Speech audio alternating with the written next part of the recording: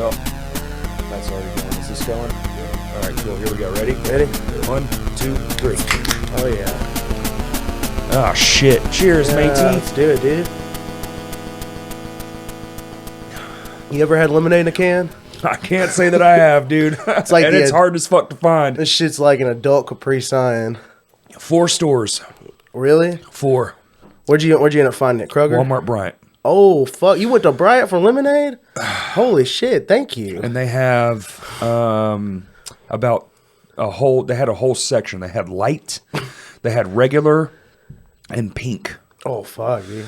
I almost bought the pink, but you said regular, so... Well, so I gotta be careful with this shit because, like, I have berry allergies, which is, like, the most fucked up thing in the world. Berry allergies? Berry allergies, I swear to God. So, like, I was, like, 6, and I ate strawberry ice cream for the first time at McCain Mall, and then my whole body just erupted. And so they did like they did the like, you know that shit where they like stick you in the back and stuff? Yeah. And so like 40 of those later, they were like, yeah, you're allergic to strawberries, you're allergic to this and this and this and this. Okay, and it was just like dragon fruit. Like, what the fuck? Yeah, our singer is allergic to strawberries too, but he'll die. Will you die or you just get all puffy? It puffs up, throat closes. Throat closes. Yeah, Fuck. oh yeah. Yep, it's a pain in the ass. So, like, anytime you go out to restaurants, it's always like, hey, what's the allergy thing on this shit? Or, like, it's a pain in the ass, man. What about candy? Can you, like, chocolate only, I guess? Yeah, I have to be really fucking careful. You know those, like, stupid little heart-shaped ones they give out at, like, Valentine's? It's got, like, the terrible flavors in them. The chalk candy? Oh, yeah. So, it's like, I can only eat, like, the orange one out of it. What the fuck? Yeah. So, like, my wife, she'll, like, have to cut it in half with a knife. And be like, yeah, you can eat this one, and then I'll eat the rest of them, and then I have to brush my teeth for it and kiss you goodnight. Like, damn. Oh yeah, dude, it's bad. It's bad. So that's a weird fucking allergy to have. It's where my villain arc starts. Berry allergies. Yeah. Can't eat the fucking strawberries, and like I'm gonna watch the world burn. Oh yeah. So, like, I have to be careful with, like literally, like, there's one, and it's, like, a blue one of these, and if you go through it, there's, like, certain shit in it and stuff where it's, like, if I have it, shit will cause my throat to close up. Blue is like blueberry, I guess? Mm-hmm. Really? Yeah, but it's stupid, man. I hate it. Oh, because if it uses, like, real juice, you're fucked, huh? Mm-hmm. Damn. Oh, yeah. So. That's an odd... Digging my 3% lemon juice in a can. 3%? Oof. Yeah. How much sugar's in this fucking thing? Enough. Enough? Yeah, enough to make you still realize I shouldn't drink a 12-pack. Yeah, you could just drink Dr. Pepper at that. That's like 32 grams for a Dr. How much is a Dr. Pepper? We got a Dr. Pepper in here? There's a Coke in there. 39. Yep. Dang. Oh, yeah. Carbs, 39. Well, this is top tier podcasting. 42. Damn. Yeah. The amount of sugar. Oh, it's probably from the real lemon juice. I don't know. I guarantee it's just the sugar they put in this shit, man. I stopped drinking sodas like a year and a half ago. It was right before I went on my honeymoon. Yeah. I started having like real bad carbonation problems, and like I would like drink a soda, and then if I ate, it just like I have a super weak stomach, and so I would get sick a lot, and so I just cut soda, and I've never had a problem since without it. That's interesting. So I get these to still help my teeth rot, because something's got to do it, and I mean as long as it's not making me get sick, that's all I care about. You know, curb the sugar headaches. Oh yeah, the addiction. Oh yeah. If you can't have caffeine, you're gonna have 3% lemon juice. Can, so. Oh, no caffeine? No Are you caffeine. allergic to caffeine? No. Oh, fuck. No, hell no. I would die. Dude, in high school, I used to drink, like, in, like, cases of Red Bull. Or, you know those, like, really cheap-ass, like, 80-cent, fucking dollar store ones? They're, like camo and fucking, what's that? What is the name of those? They're real generic. Like, it's just like fruit punch, but it's just fruit punch. Well, I want to say it's like Bang, but I'm pretty sure Bang is like an actual... Bang's pretty expensive. Yeah. Rip It. That's it. I drank, because they were so fucking cheap, I drank like 9 of them a day. God damn, that's even more than me. That's crazy. And I wouldn't sleep good. No, of course not. And it was because at the time it was like I was playing in this band called Lions of Judas, and it was this really shitty like rip-off thing of Elysia or whatever that like early 2000s deathcore band. Okay. And we stole the album name and like made it our band name. It was like me and some dudes from a Catholic Tight. school. Yeah. And like we had no idea that there was like a Little Rock scene at all. So like my buddy would be like, where were you living? like I lived in Little Rock, but I didn't know shit about like Vinos. Just and young. shit. Oh yeah. Yeah. Were you like 15 or something? Yeah, and about the time that like I really started getting into this shit, it was like right as the Village closed. Oh, okay. Wow, really? Like, yeah, I went to one show at the Village. How old are you? I'm 26. Oh shit. Okay, Yeah. so you're pretty young. Okay, that makes Like, sense. The only show I went to at the Village was closed, I like saw 09? ICP. I think it was with my sister because my sister's a huge fan. Oh, ICP?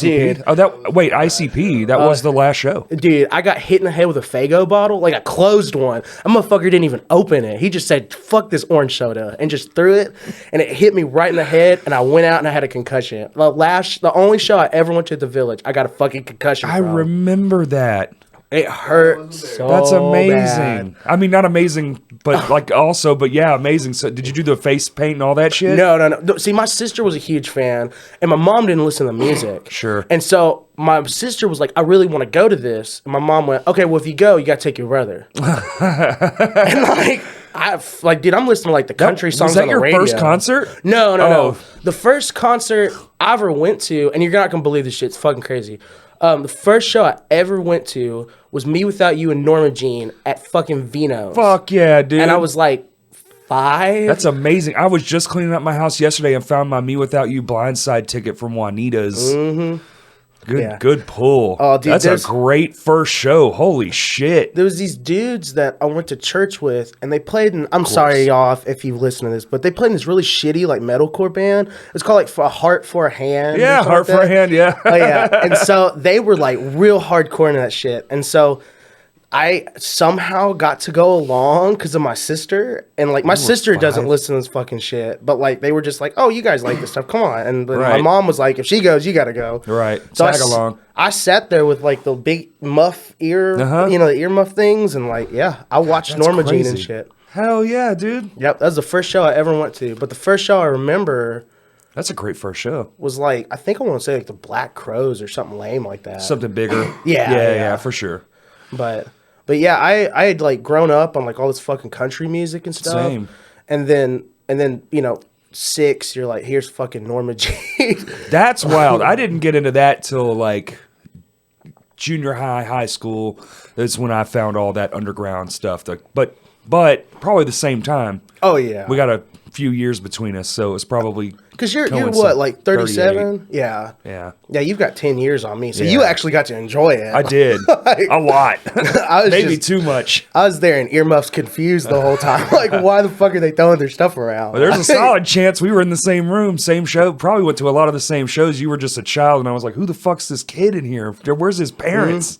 Well, dude, you know my brother-in-law. You remember the front line? Did you ever go to the front line? No, but okay. So, do you know my brother-in-law, Will? I do. Okay, Yes. so very good, actually.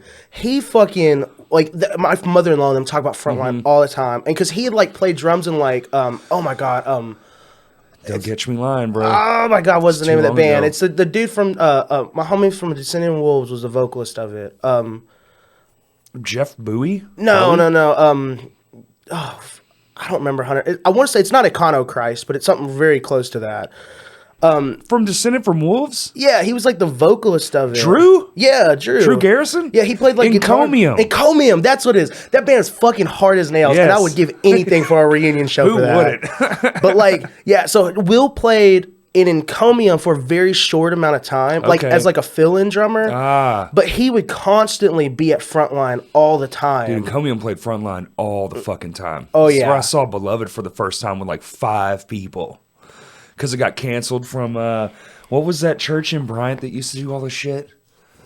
The fucking, the one that burned down. Oh, dude, be so TNT. Boom. I have no It got struck by lightning. It sure did.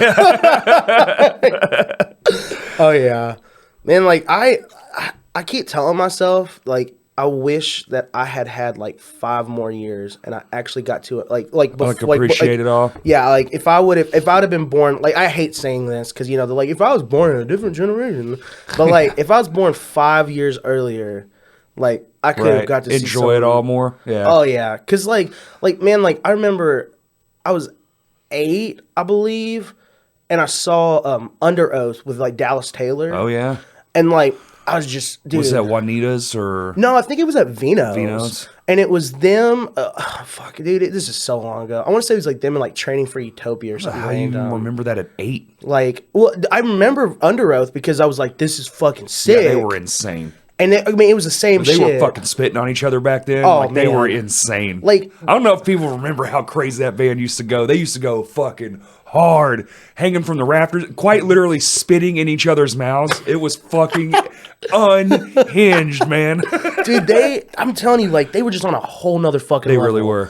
And so, like, I remember seeing them as a kid, but not really, like, comprehending, like, oh, this is Under Oath. Right. Well, yeah. And so, like, 2 or 3 years later, I got a CD. I still have it, I think. It's Cries of the Past, I think is the album. And I, like, bumped that shit all the time. Like, middle school, CD player, just, like, all the fucking time.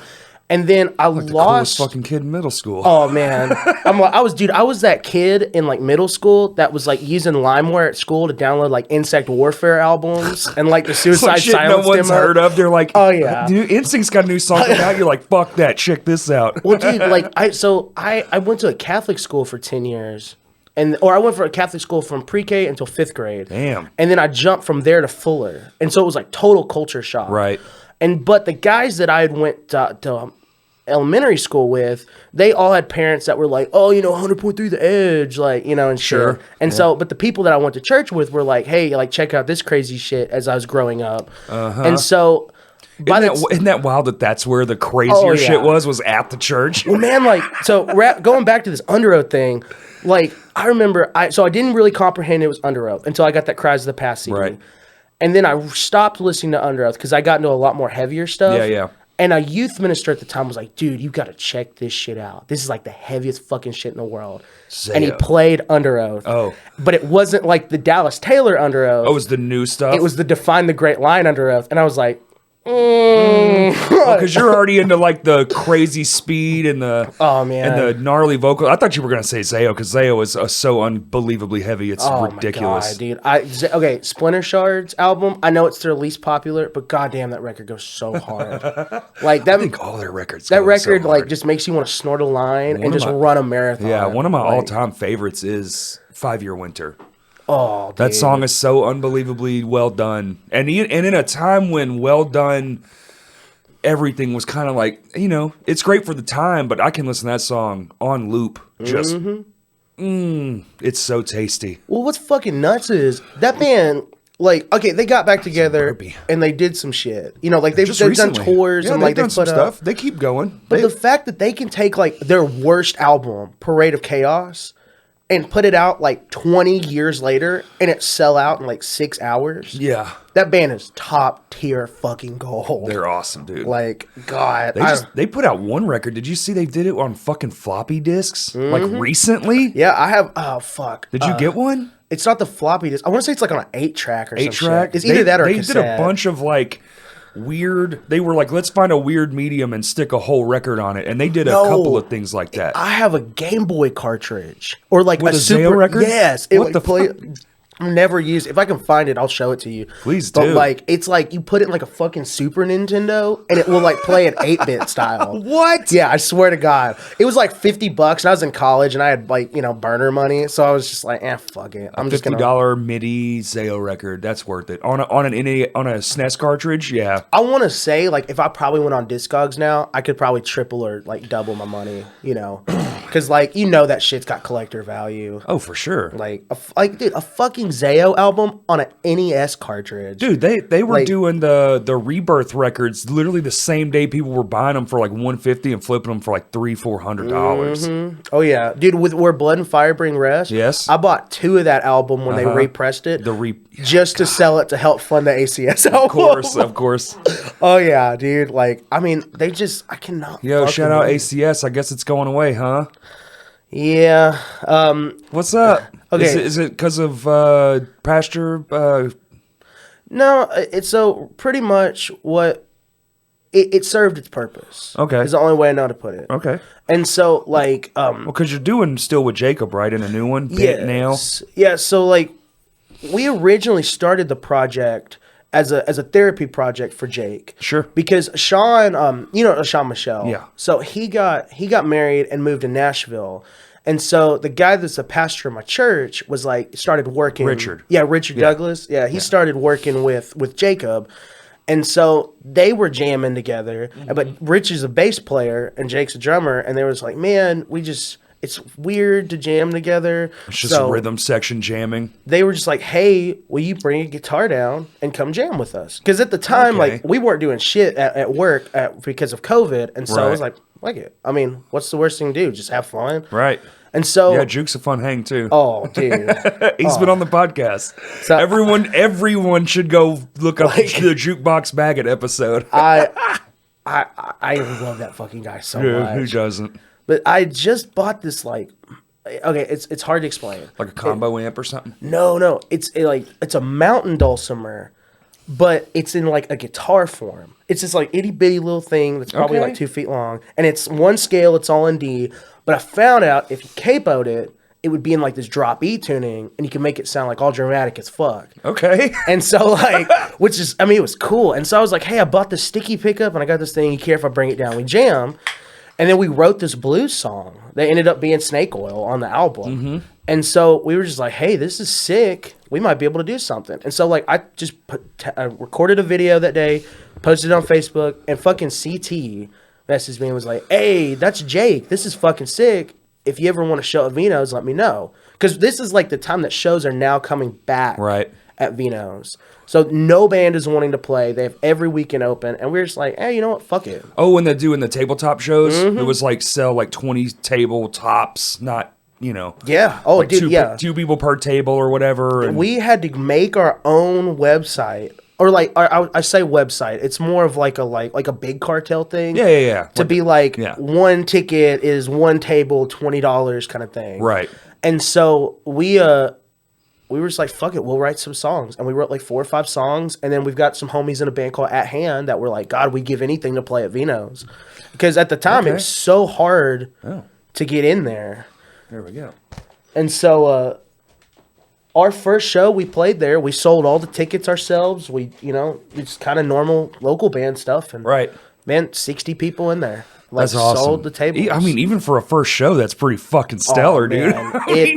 Like a 60-person first show. Like with my old band, we would play in like Mississippi and like a little skate park and stuff on like a mini ramp to like 35 people. Oh yeah, and this is like 2012, which is crazy that I'd been to Vino's, but I never played a show at Vino's, But with this, man, it was just like, fuck, I cannot believe that I've got this stupid little dulcimer and I can play a set with it. And it just kept evolving. And after the Vino show, we were like, well, like, what do we really want to do with this band? Right. And so it turned into like, if I have a good paying job, Jake and them have decent paying jobs and stuff. We don't really need money from this. True. What if we just use it? I don't want to say like ministry work, but it's like, what if we use this as just a community help? And so we started, we did toy drives. Like we're doing one in 2.5 weeks. December 11th. December 11th, baby. Right? I keep saying the 12th, and then I check my phone, and I'm like, damn, it's Banging the 11th. In the Rock weekend. We're going to close it out, even though it's not a sponsored thing. But yeah, we've done canned food drives. That show, when we released our album, we did I had a buddy commit suicide 10 years ago, or 11 at this point. And we found a charity through his family. Okay. It's the Arkansas Crisis Center. Yeah. And so we were just like, fuck it. Like, let's find some bands. Sure. We'll release our album. Any money we make off the show, we'll donate it. Donate all the funds. That's awesome, dude. We did like raffles and shit with like Terminal Nation test presses that I had and stuff. That's right. Yeah. And like, man, I think we raised like $1,400 in one night. Like 5 local bands. Like, that's what's up, dude. And so it was just like, this project it was meant for a very specific time. Right. And I think that its time has finally wrapped up. It served its purpose, and we're gonna do this toy drive show, and go in doing this charity work, go out doing this charity work, and just let it be what it was. I love that when a band can pick its own thing. Like, that's the best. Because 90%, 99%, it all ends in abrupt failure. You know, somebody gets mad at somebody, or somebody, dies. You know, something. It's always something fucking terrible. It's never like, we just felt like it ran its course, and now we're doing this new shit. Yeah, and I mean, like, it's just now it's Bent Nail's turn to rock and roll. That part of that is kind of like a marketing thing in a way. Sure. Because it's like, let's be real, like, I've been playing a mountain dulcimer, even though we had like running. Are you still going to be doing that? No. I was like, what? My wife was so mad at me because she's like, you can't be called Bent Nail and bring out a dulcimer. She's like, you spent $1,000 on all this fucking dulcimer equipment, and now you're putting it up to play other stuff. She was just like, I can't wrap my head around this. That's for later, dude. Just say it's for later when I'm old and I don't want to do metal anymore. That's acoustic right. album. That's right. But no, man, like we is there a genre focus on the new thing, or is it going to be like slow doom? Is it going to be no? Like, we're going like have you heard of Nothing? Like the band Nothing? I think so. It's like this like Nothing hum, super heaven, shoegazy rock. Sure. Okay. And it's one of those, like, we're not trying to ride like coattails, like, like color design and shit. Because dude, those dudes are fucking phenomenal, and I love those dudes. And but we wanted to make it more. I mean, Arkansas's a punk metal. Well, there's town. room for everything, yeah. And so we were just like, it's not going to be punk. It's not really going to be metal, but it's going to be close, and it's a lot more marketable than like me with a dulcimer, Because at least in that sect of community, for sure. If you think about it, like, I went back and I made a list of all the fucking bands we played with. But I'm just saying, add a distortion pedal. Oh, it's bad. I'm just saying. It's bad. But sometimes bad is good. Like, that motherfucker howls like a wolf. Like, it's bad, dude. That could be tight. Call a song Wolf Medicine and have a just like run that bitch through a bunch of effects pedals. Do it. Like, that's what I'm saying. Man, to get it to not howl, I had to take a fucking Hey, please don't do that. Okay. To get it to not howl, what? I had to take a fucking mask and so like, how you put the thing in a sound hole of acoustics? Yeah. So I had to take a mask and like gaff tape it on so it like wouldn't like have sound issues and shit and like howl like acoustics and stuff too.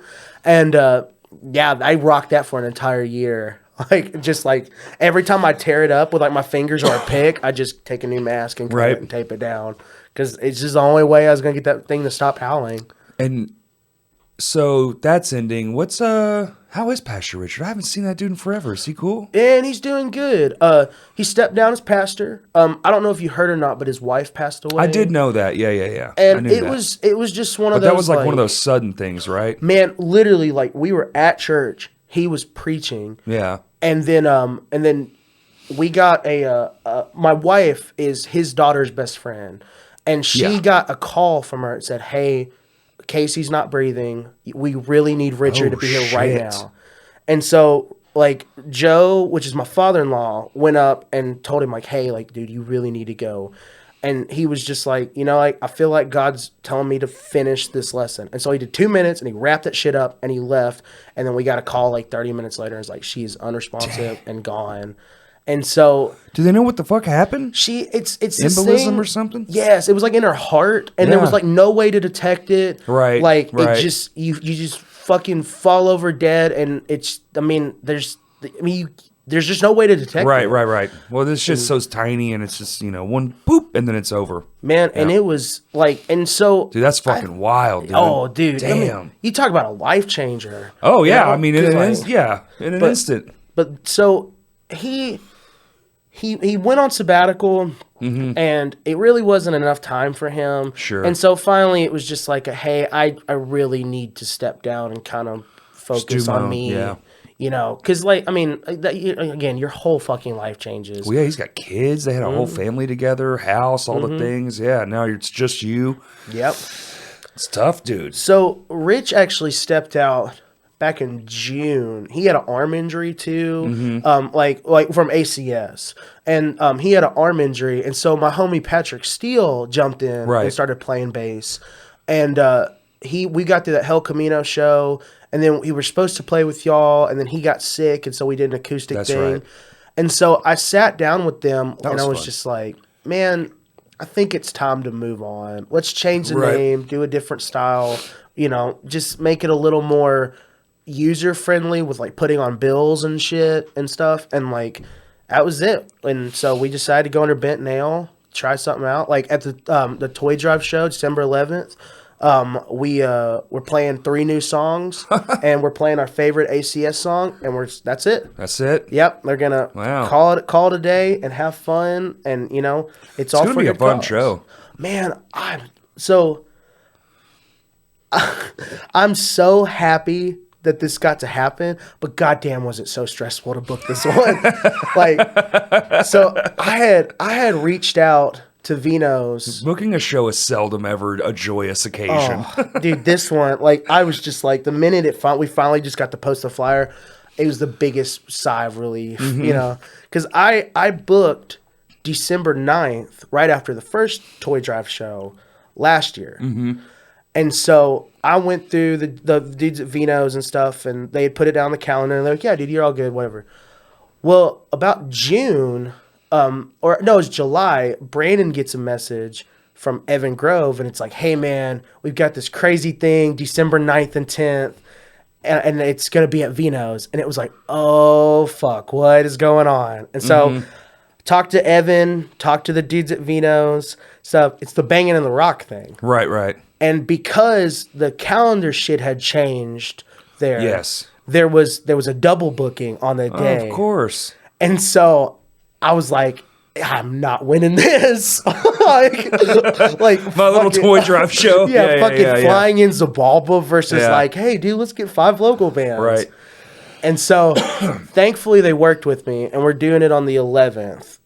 Which is, it's cool. It starts at 6 o'clock, ends at 10. You come and have a good time. There's going to be a lot of music that weekend, so it's like, why not start early, end early? Ton of music. Oh my God, dude. I was honestly, once I found all that out, I was like, I don't know if we should do this, but I'm going to do it. No, you do. Yeah, you still do it. Because didn't they say they're going to do a box at Rev Room 2 for the toys, right? Yeah, so I'm talked with Stan about it, and I need to finish confirming some stuff. Oh, okay. And so they're trying to make a little space for it, or at least from Stan, they're trying to make a little space for it, so that way we can also maximize donations. Right, so because didn't you say last time you filled up a whole car 3 times or something? Dude, my Impala was full. So full, I had to fill it up, take it over there, and then fill it up again and bring it over. That's amazing. So it's 2 times. That's amazing. Yeah, it was stressful, and I was Impala's a pretty decent sized fucking car too. That's not like a short little compact. I can fit the entire Mammoth Caravan rig in that car, besides an orange cab. Mammoth Caravan. Oh yeah. But yeah, no, we December 11th Sunday. It's ACS last show, Mammoth Caravan, which is my new thing. The homies in Zashed. You've heard about them? I just heard them for the first time today. That new single Eva. Yes, I think that's probably what we were listening to. Mm-hmm. Oh man, it's fucking. They're fucking bonkers. heavy.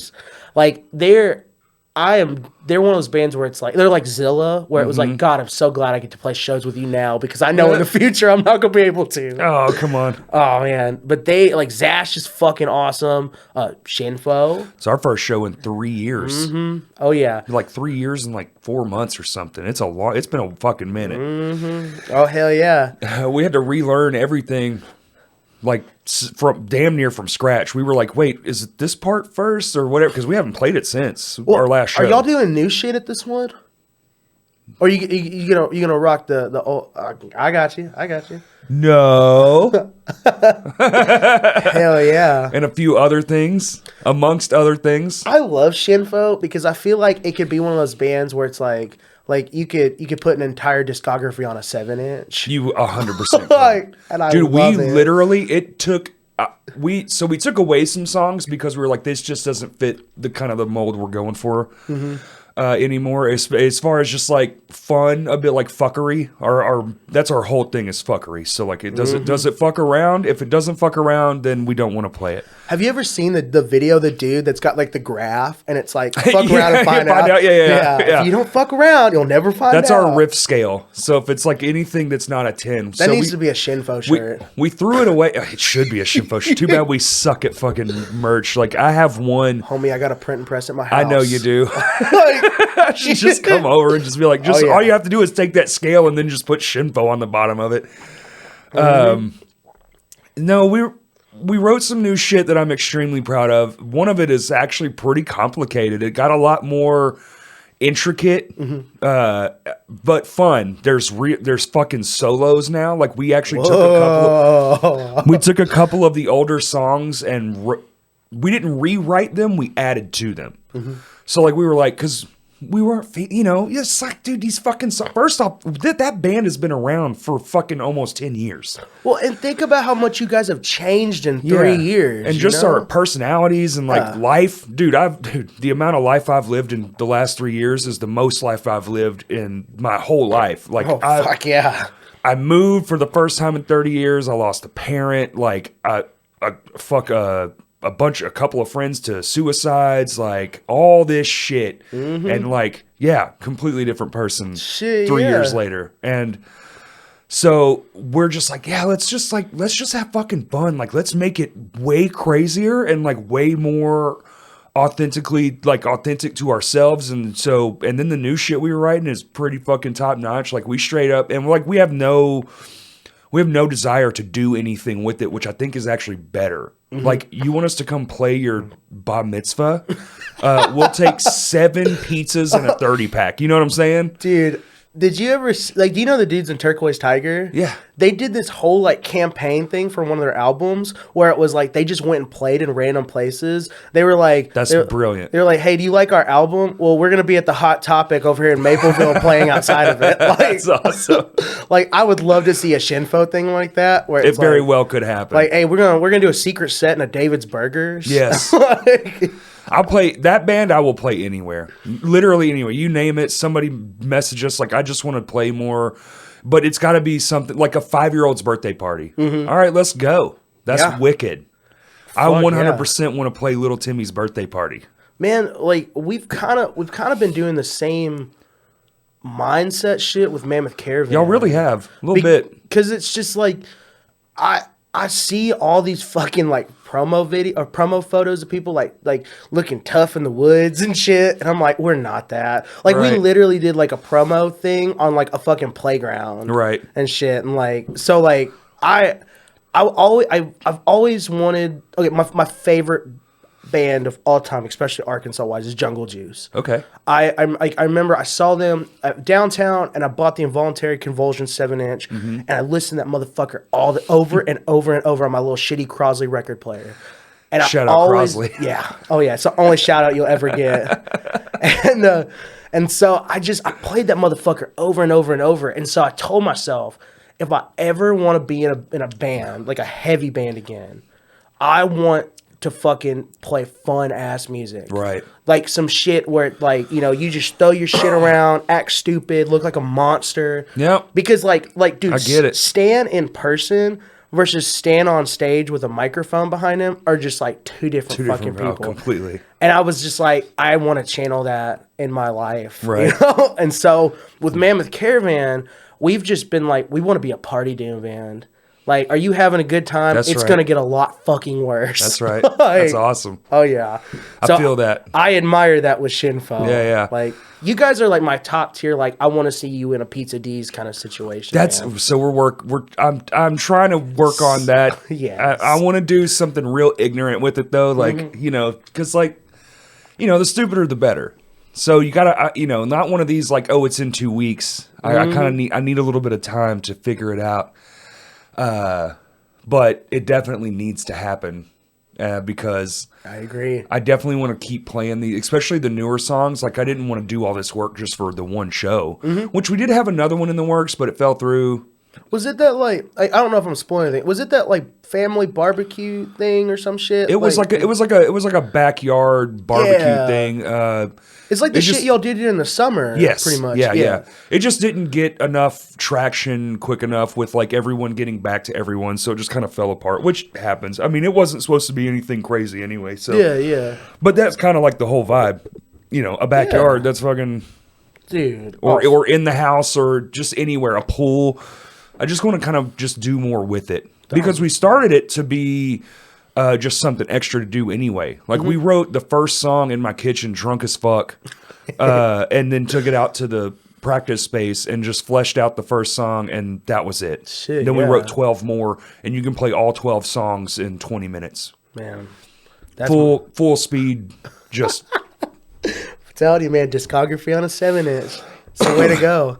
I'm telling you, that's really what, I mean, hell, that's all people's attention spans are anymore. It's like, not 12. Like, in writing the new shit, dude, we were literally like, we'd be writing, we'd be like, should something come after this? And we'd be like, well, let's play it, right? So you'd start playing, and you get to like that point where you're like, fuck, what is next, right? And Justin would be like, it's like 2:15, and we're like, oh, well, then cool, it's a song. Man, it's kind of that Melvin's mentality. Like, I watched a document, or not a documentary. It's like a YouTube thing. Everything's a documentary now. Yeah, it's all information. And what is anything? It's like Buzz was talking about, like, he's the singer and guitar player of Melvin's. He's talking about, like, you know, we don't write like verse, chorus, bridge. Right. He's like, you get a verse and you get a chorus and you may get a fun part, but like, dude, I'm not going back. Right. Like, you know. Yo, we actually have an idea for an album. It's called Riff Madness, and we want to do a whole album of songs where no part repeats. Oh my gosh. In any song. So you start with a riff, and it can be 2 bars, it can be 32 bars. But after its transition into the next thing, there's no coming back to that riff. It sounds like a fucking game show idea. Yes.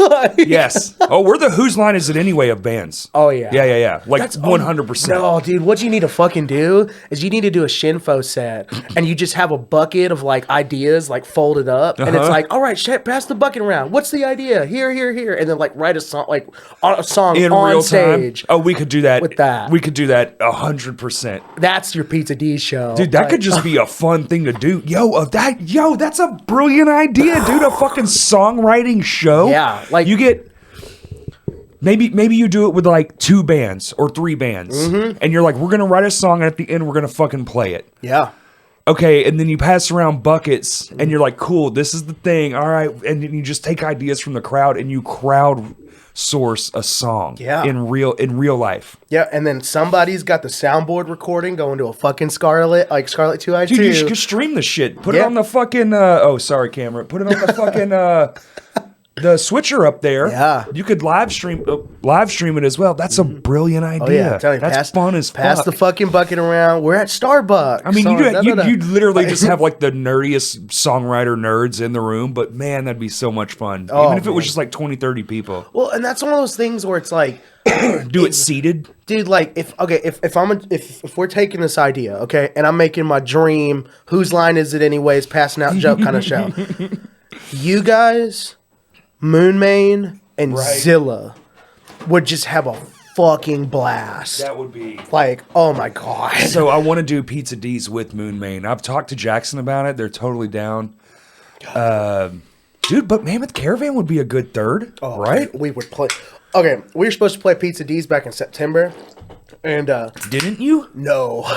By We play everywhere else. I have a whole lot more of these over here, so feel free to drink the shit out of them. Don't tempt me with a good time. I will have heartburn by the time we leave here. $7 for these things. I don't buy 12 packs. I didn't know they cost $7. Man, that is bananas. I literally texted you that, and I looked at Anna, and I was like, Anna's my wife, and I looked at her, and I was just like, I'm gonna have to break him. He's not gonna find him. I almost texted you this morning. Look, you got lucky because I was like, "Fuck it, let me Google it." I had to Google where to find these fucking things. They're really not where. They're nowhere, dude. I almost just like stopped and got bottles. Yeah, I was like, because I don't drink. I would have done that, but bottles don't really. They don't have the same effect. Yeah, like you can hear it, but it's kind of lame. Oh yeah. Oh man, but no, dude. Like Mammoth Caravan. Y'all are would having a good time. Totally be fucking down to do some You shit can like tell. that. Yeah. Well, and honestly, we need it, man. Sure. Life is stressful. We started that band on July 4th. Okay. I knew ACS was coming to an end. Brandon, he was just like, man, I don't really know where I'm going right now, life-wise. Right. I really need something. Evan shot me a text message like, hey, man, Tranquilo just kicked me out. I don't know what to do. And so I was like, fuck it. I'm making a group chat. Cool. And we were like, well, who plays what? And it was like, we all play guitar. We all play bass. And so everyone plays guitar and bass in this fucking city. I do not play drums at all. And I was You like, do now. Fuck it. I'm going to be a drummer. Arkansas now has a 5th drummer. And so, I mean, I was like, it's Doom. How hard can it be? And Harder than you think at that tempo. It can be hard. Dude, that fucking, I've said it to the day I die. I'll go 100 miles an hour, play whatever you want. You put me up 4 on the floor and go slow, motherfucker. It's a different kind of hard. When we recorded and we were doing those breakdowns and shit, or like just slower and slower, counting that shit in my noggin, I was just like, oh my God, I'm gonna have Did you have it in your ear? Or did you do it? You did it? We did it live. Live? Okay. Because there's songs where it's like, it's in a 4/4 and then it goes to a 5/4 and then a 6/4 and then back to a 4/4. I'm in one of those bands. And and we did it to a click, and that was the first time I ever played a click in my life. It's miserable. Dude, fuck that. Yeah. I was like, we could have just did this in the room. Man, and I'm so fucking happy that this is coming out on Tuesday, because I'm gonna announce it here on the podcast. Oh shit. Our debut album, Ice Cold Oblivion, is gonna drop February 28th on my birthday. Nice. 6 tracks, right at 40 minutes. Our first single is coming out on Tuesday. What's when the this name? comes out. It's Nomad. It's a track we've already done, but it's got the homie Matt Johnson on it. Nice. So, and if everything goes well, knock on lemonade. Aluminum can. Well, this is wood here underneath. Yeah, knock on epoxy covered wood. Yeah. Our first track will be premiered by Decibel. Nice. Oh yeah. And so we were like, he's right out of the gates. Like the dude that's doing the Decibel thing was like, man, do you guys have pre-order info ready? And we were like, no. I've got cassettes and shit that we're gonna make. Spotify. And he was just iTunes. He's like, dude, if you don't have pre-order stuff, like, you need to set it up now. That's wicked. So, like, I'm in there, like, on Apple Pages, because I don't know how to use Photoshop. I'm in there with Apple Pages, like, making a fucking CD cover. You don't know how to do Photoshop and you make all this wicked merch? What are you talking about? No, man, all that shit, all the T-shirts, all the album covers and shit, all that shit is done on Apple Pages. Get fucking out of here. Nope, I'm telling you, man. Like, because free. Y'all have great merch too. That's fucking nutty. I made, like, I'll look at something and I'll make it a PNG. Didn't you just do one of these? Yes. For Mammoth? Yeah. Oh yeah. Apple Pages and text generators. I'm fucking blown away right now. Are you serious? You're gonna have to show me your secrets. Oh man, I will. Because my merch is straight ass. Our merch game is. Dude, I'm telling you, you want a Shinfo shirt? I do. I will go home and design some shit. I can't tell you how many times I've tried to make a Shinfo shirt and it just doesn't work. Well, I can design a shirt to wear at a Shinfo show better than I can make a Shinfo merch. Dude, I'm telling you, I'm gonna go home tonight and I'm gonna draft like 2 or 3 things up. I'm gonna send it your way. And if you're just like, fuck yeah, like, I'm gonna send you some shit and we're gonna order some shirts and print some stuff. That's my whole new thing too, man. I want to have a different, insane phrased shirt for every show we play. I found like a cheap print thing. It's like $16. Oh, is that the one you're talking about on the last Crash Casts or whatever, where it was like you ordered the shirt and it was like falling off and shit or whatever? I literally washed it one time and it's already cracked and fucked up. Like, it's such a piece of shit. But it's truly designed to be worn. I'm going to wear it at the benefit show. You need to just like Hulkamania. I might. I might fuck it. Put something on underneath so people don't have to look at that mess. But yeah, rip it and it's like a shirt underneath that says "I'm sorry." I'm sorry. I'm so fat. This was supposed to be my abs. Body by Totino's. Dude, like so with the Mammoth Caravan shirts. I learned my lesson with ACS. Every single show, I was printing a new shirt. You got 6 on the table. Did. Nobody's buying them. It was like, I bought the T-Rex one. Well, there's so many options. They're like, okay, this doesn't feel like a merch table. It feels like a Kohl's. And so it's just like... That's fair. So we're doing one nostalgia kind of shirt and one death metal kind of shirt. Okay. We have this fucking ignorant ass 3-6 Mafia shirt ready to drop at our record release show. Real? Oh my God, you are not ready. Like it's like the Mystic Styles album cover, and like I made the Mammoth Caravan logo and the 3-6 Mafia font. And instead of Mystic Styles, it says Nomad Styles and shit. That's awesome. Oh man, get fucking ready. That's awesome. So we're doing shit like that, but like, dude, this LP, like, we went into Tedford's last week. So on Monday and Tuesday, we recorded, mixed it, and mastered it all in 2 days. Like, it's done. Wow. The first single drops. Did y'all just live track the whole thing all at once? Yeah. So we did it in a weird way. We did it the way we recorded it at our demo at my house. So like Tedford mic'd the drum set up, and then in another room he mic'd like orange cabs and shit. Sure. Guitars, another room bass. Well, no, and Brandon had just a vocal mic.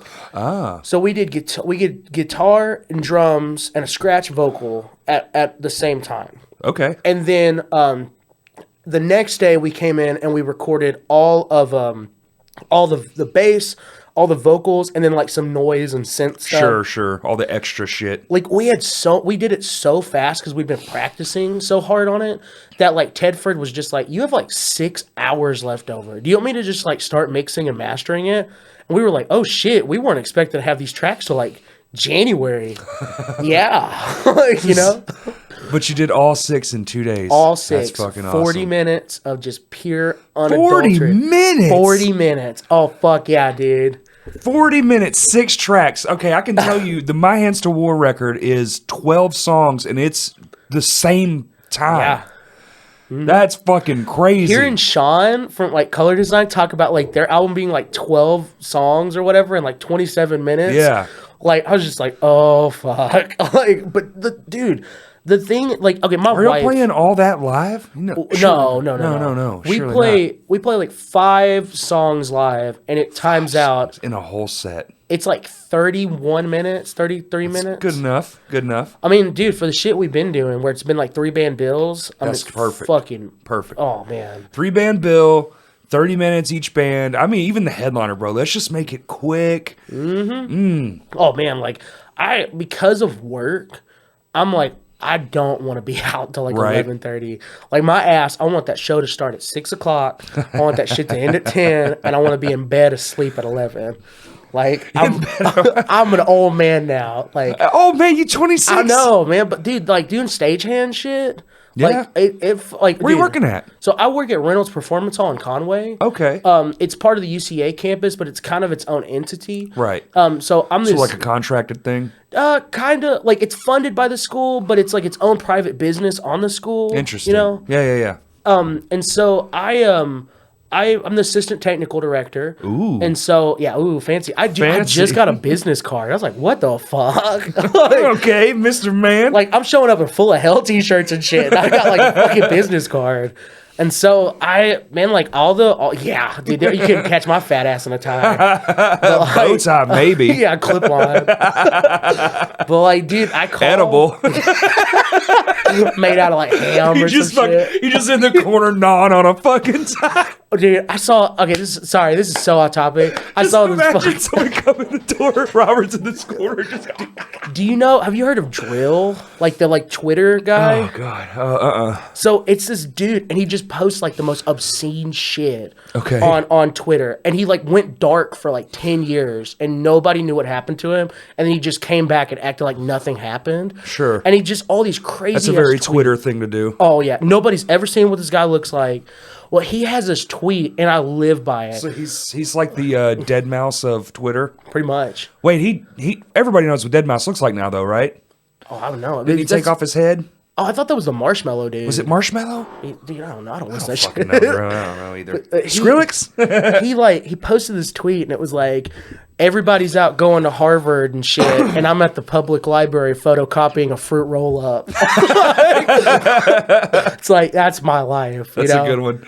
But no, with my job, I advance with all these big tours. Like you guys, I think you were talking about I think her name's Kaylee or something like Keely. that. And where it was like the chain motors and shit that like come down. Oh, yeah. Like that's my job. They send Nice. rigging plots and stuff, and we point all that out. And like big bands, like or Oh, right. big So they're touring sending shows. they're sending you everything they have, and you're like, here's this point, you can lift here, blah, blah, blah. Like, Well, typically they carry a lot of the shit. So like my job is like, okay, what do you need from us? Here's our stage dimensions. right. Here's how the much we ceiling, hold. how much weight. Like connecting and the lighting and Here's the the sound. PA, the monitors, all this stuff. People don't understand that's a giant list of shit too. And you're like, well, we have this many XLDs, and we have this many, and extra cabling, yes, and we can patch you in here, blah blah blah. And Man, and what At the other thing people don't realize, that second level shit gets real wild. man, dude, this whole job is finer details. Like Yes. you're not even a stagehand anymore. You're no. a dedicated problem solver. That's right. Like- Absolutely. And so, like, for example, we had And it's instant too, buddy. Like when it's game time and something goes wrong, holy those fuck. motherfuckers do not care. The only thing they care about is their show goes up, they do their show, they get paid, and they leave. That's right. That's it. But we had Anastasia in on Saturday, The- like the big Broadway touring show. Okay. 5 semis. Like it was so big of a show for our space, they had to cut stuff. 5 fucking semis of Oh, stuff. Dude, that's the thing that people don't realize is like when you go, like, okay, so for example, my favorite band's Tool. The most I ever saw Like- in the village was 2 semis, and Mm-hmm. that was Insane Clown Posse. Dude, Tool has, I think it was 21 trucks or something like that.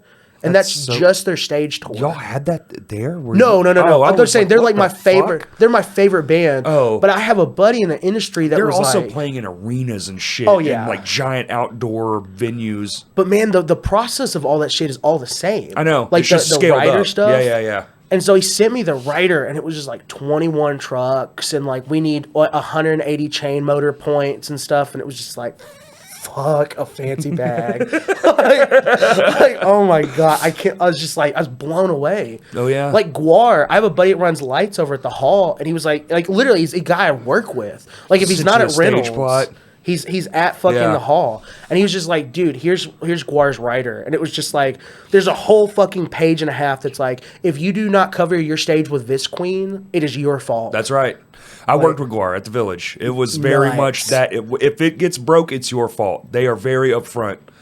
All that shit is, man. Yeah. Well, you have to be, man. ICP was the same way. It's like we're not responsible for even your lighting or nothing. Like it's just this is the show.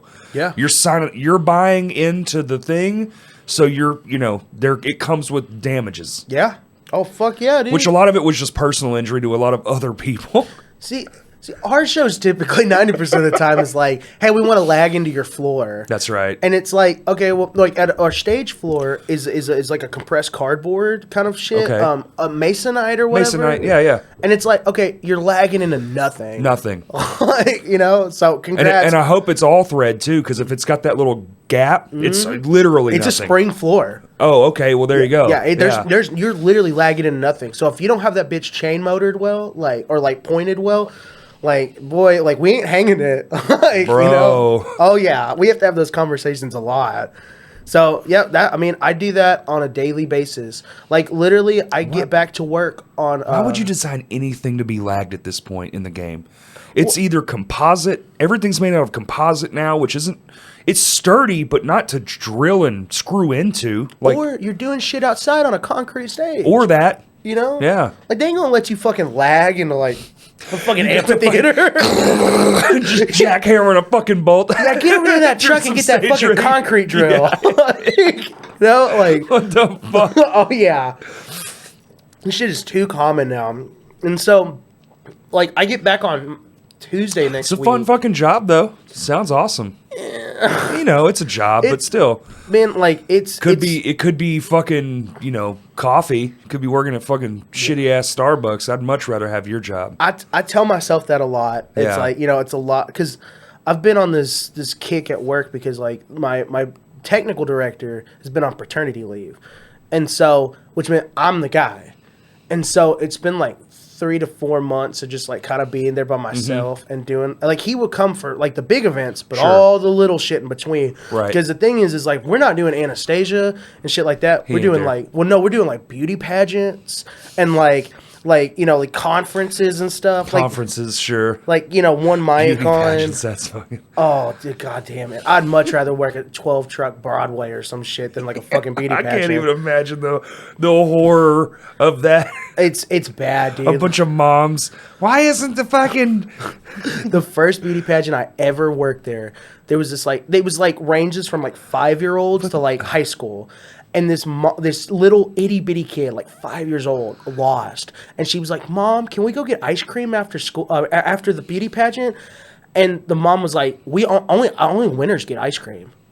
This kid's 5. Yeah. Like, fuck you, bitch. Like, but I'm sitting there behind the lighting console, just being like, "This is fine," like, Like, you just lean down and hand her like a Twix, be like, It's that picture of the dog with the fire around. It's like, this is fine. This is fine. Like, But yeah, so if I'm not working big shit, it's always these little rentals or like, dance recitals and shit. And where's this at? It's in Conway. Conway. Interesting. The only benefit it has with being in a band is I know my entire year in advance. Really? Yeah. Wow, they booked that far ahead? Well, that's fucking awesome. Like, we've got this. I cannot talk about it much on the show. No, we've got this insane don't spoil or give away nothing that'll fucking get you in trouble. record release show for this album. Yeah? Like, the bands that we are playing with are fucking massive. And it was like, okay, that's March, da-da-da-da.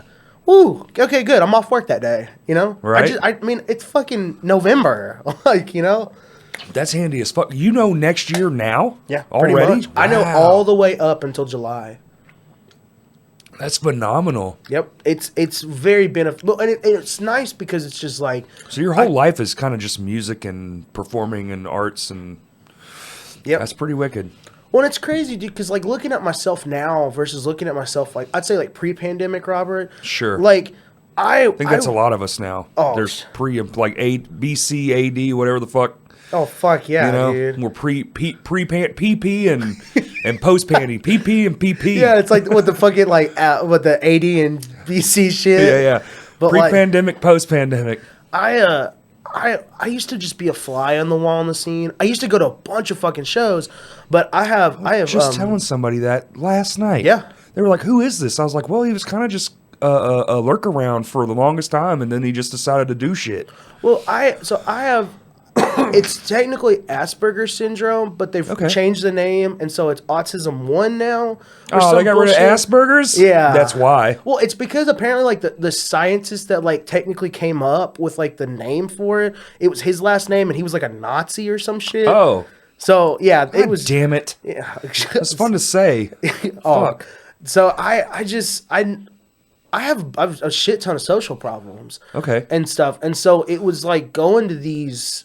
concerts and shit, like, as much as I loved it and I loved being there, just being in the corner doing I was so into my shell and shit, and because I was just so, I get that, like maybe 19, 20 at the time. I don't know anybody, and the people I do know were like really big in the scene, so they're just like, "Hey dude, glad you're here," and then like, sure, they're busy thing. yeah, they're doing stuff. And so I just always had this thing of like, do I belong, and it really took meeting Jake. Well, I've known Jake for a while, but like being in a band with Jake, who had this like, I don't fucking care what you think attitude. I'm gonna play drums and you're gonna fucking like it. Oh, Jukebox is a commander. Like, and if it was not for him, I would not be doing this. Oh, absolutely. Like this dude. So that's amazing.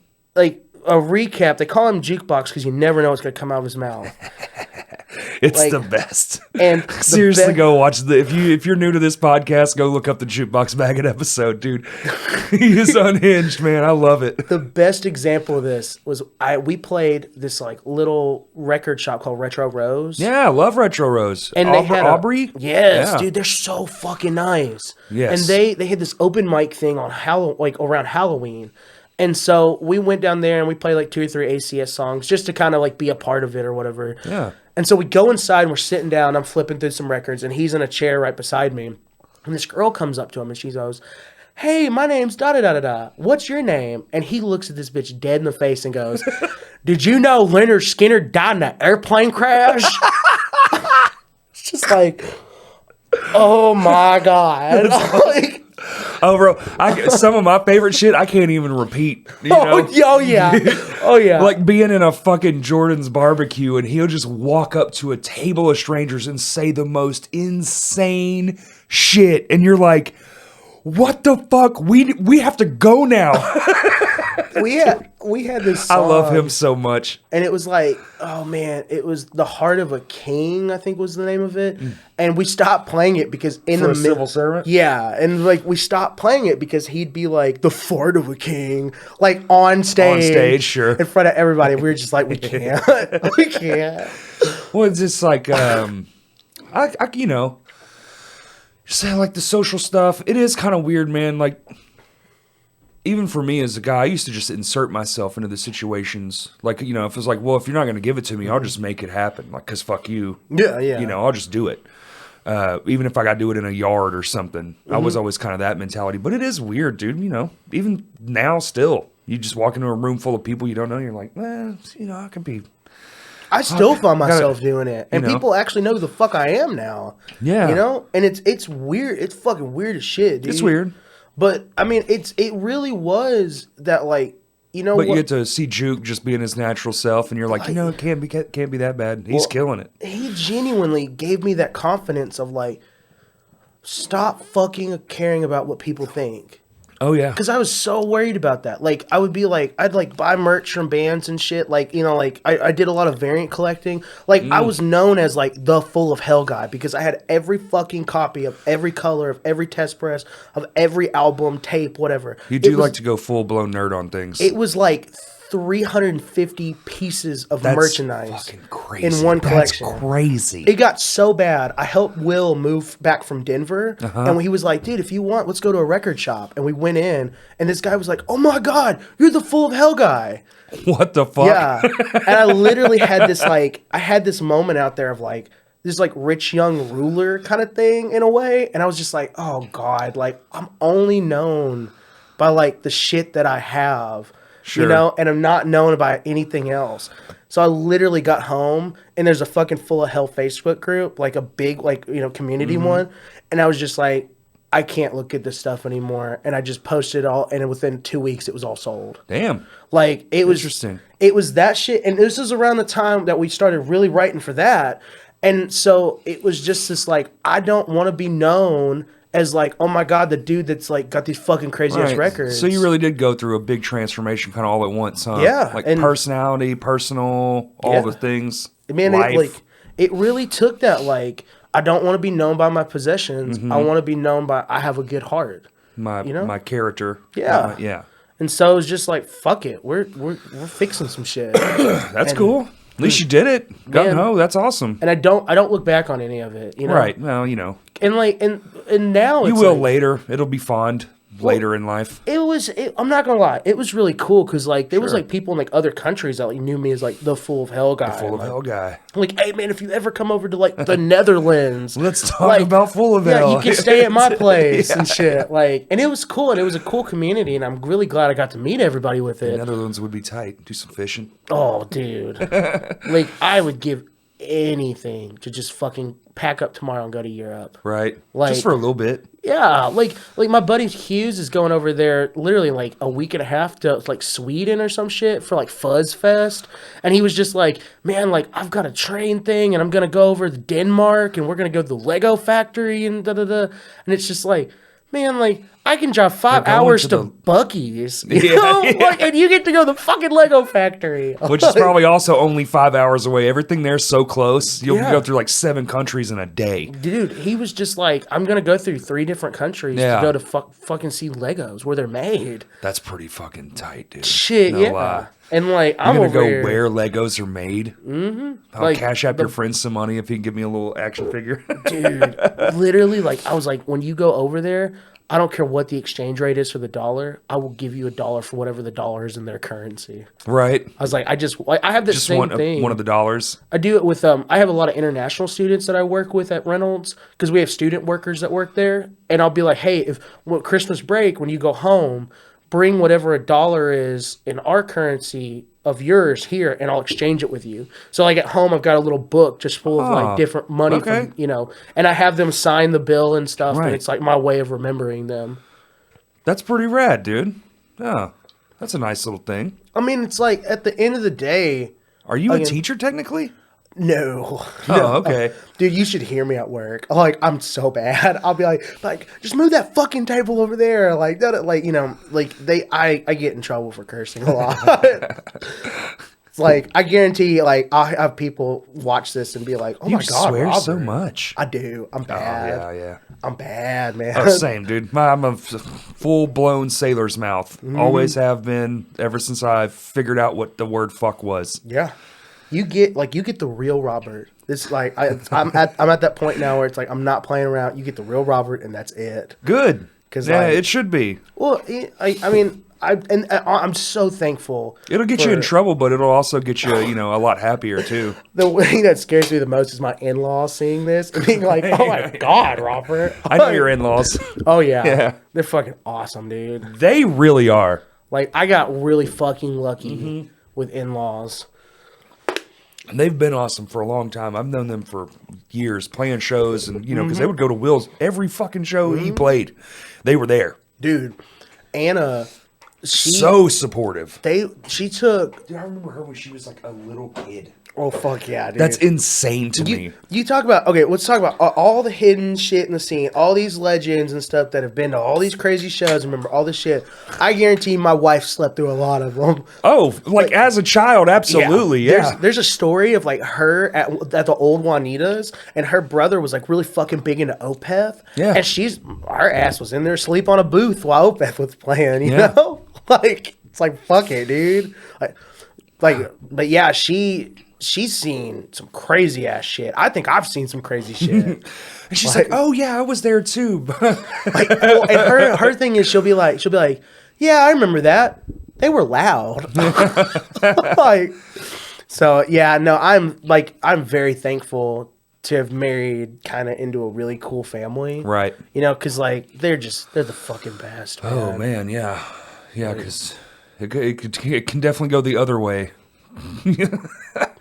Well, she sees my family, and then she's like, "Oh yeah, you married into a great family." Because like when I graduated college, my mom and my dad they hate people. They don't like being around people, and so there's like the 2 college graduation photos of me with my family, and they're like, just stone faced, do not want to fucking be there. Congrats, you're Can we go 20,000 in home? debt. Yeah. And then there's like my other, Anna and those family, and they're like holding banners and like confetti and shit. And it's like yeah, I get that yin and yang on Thanksgiving. Happy Thanksgiving.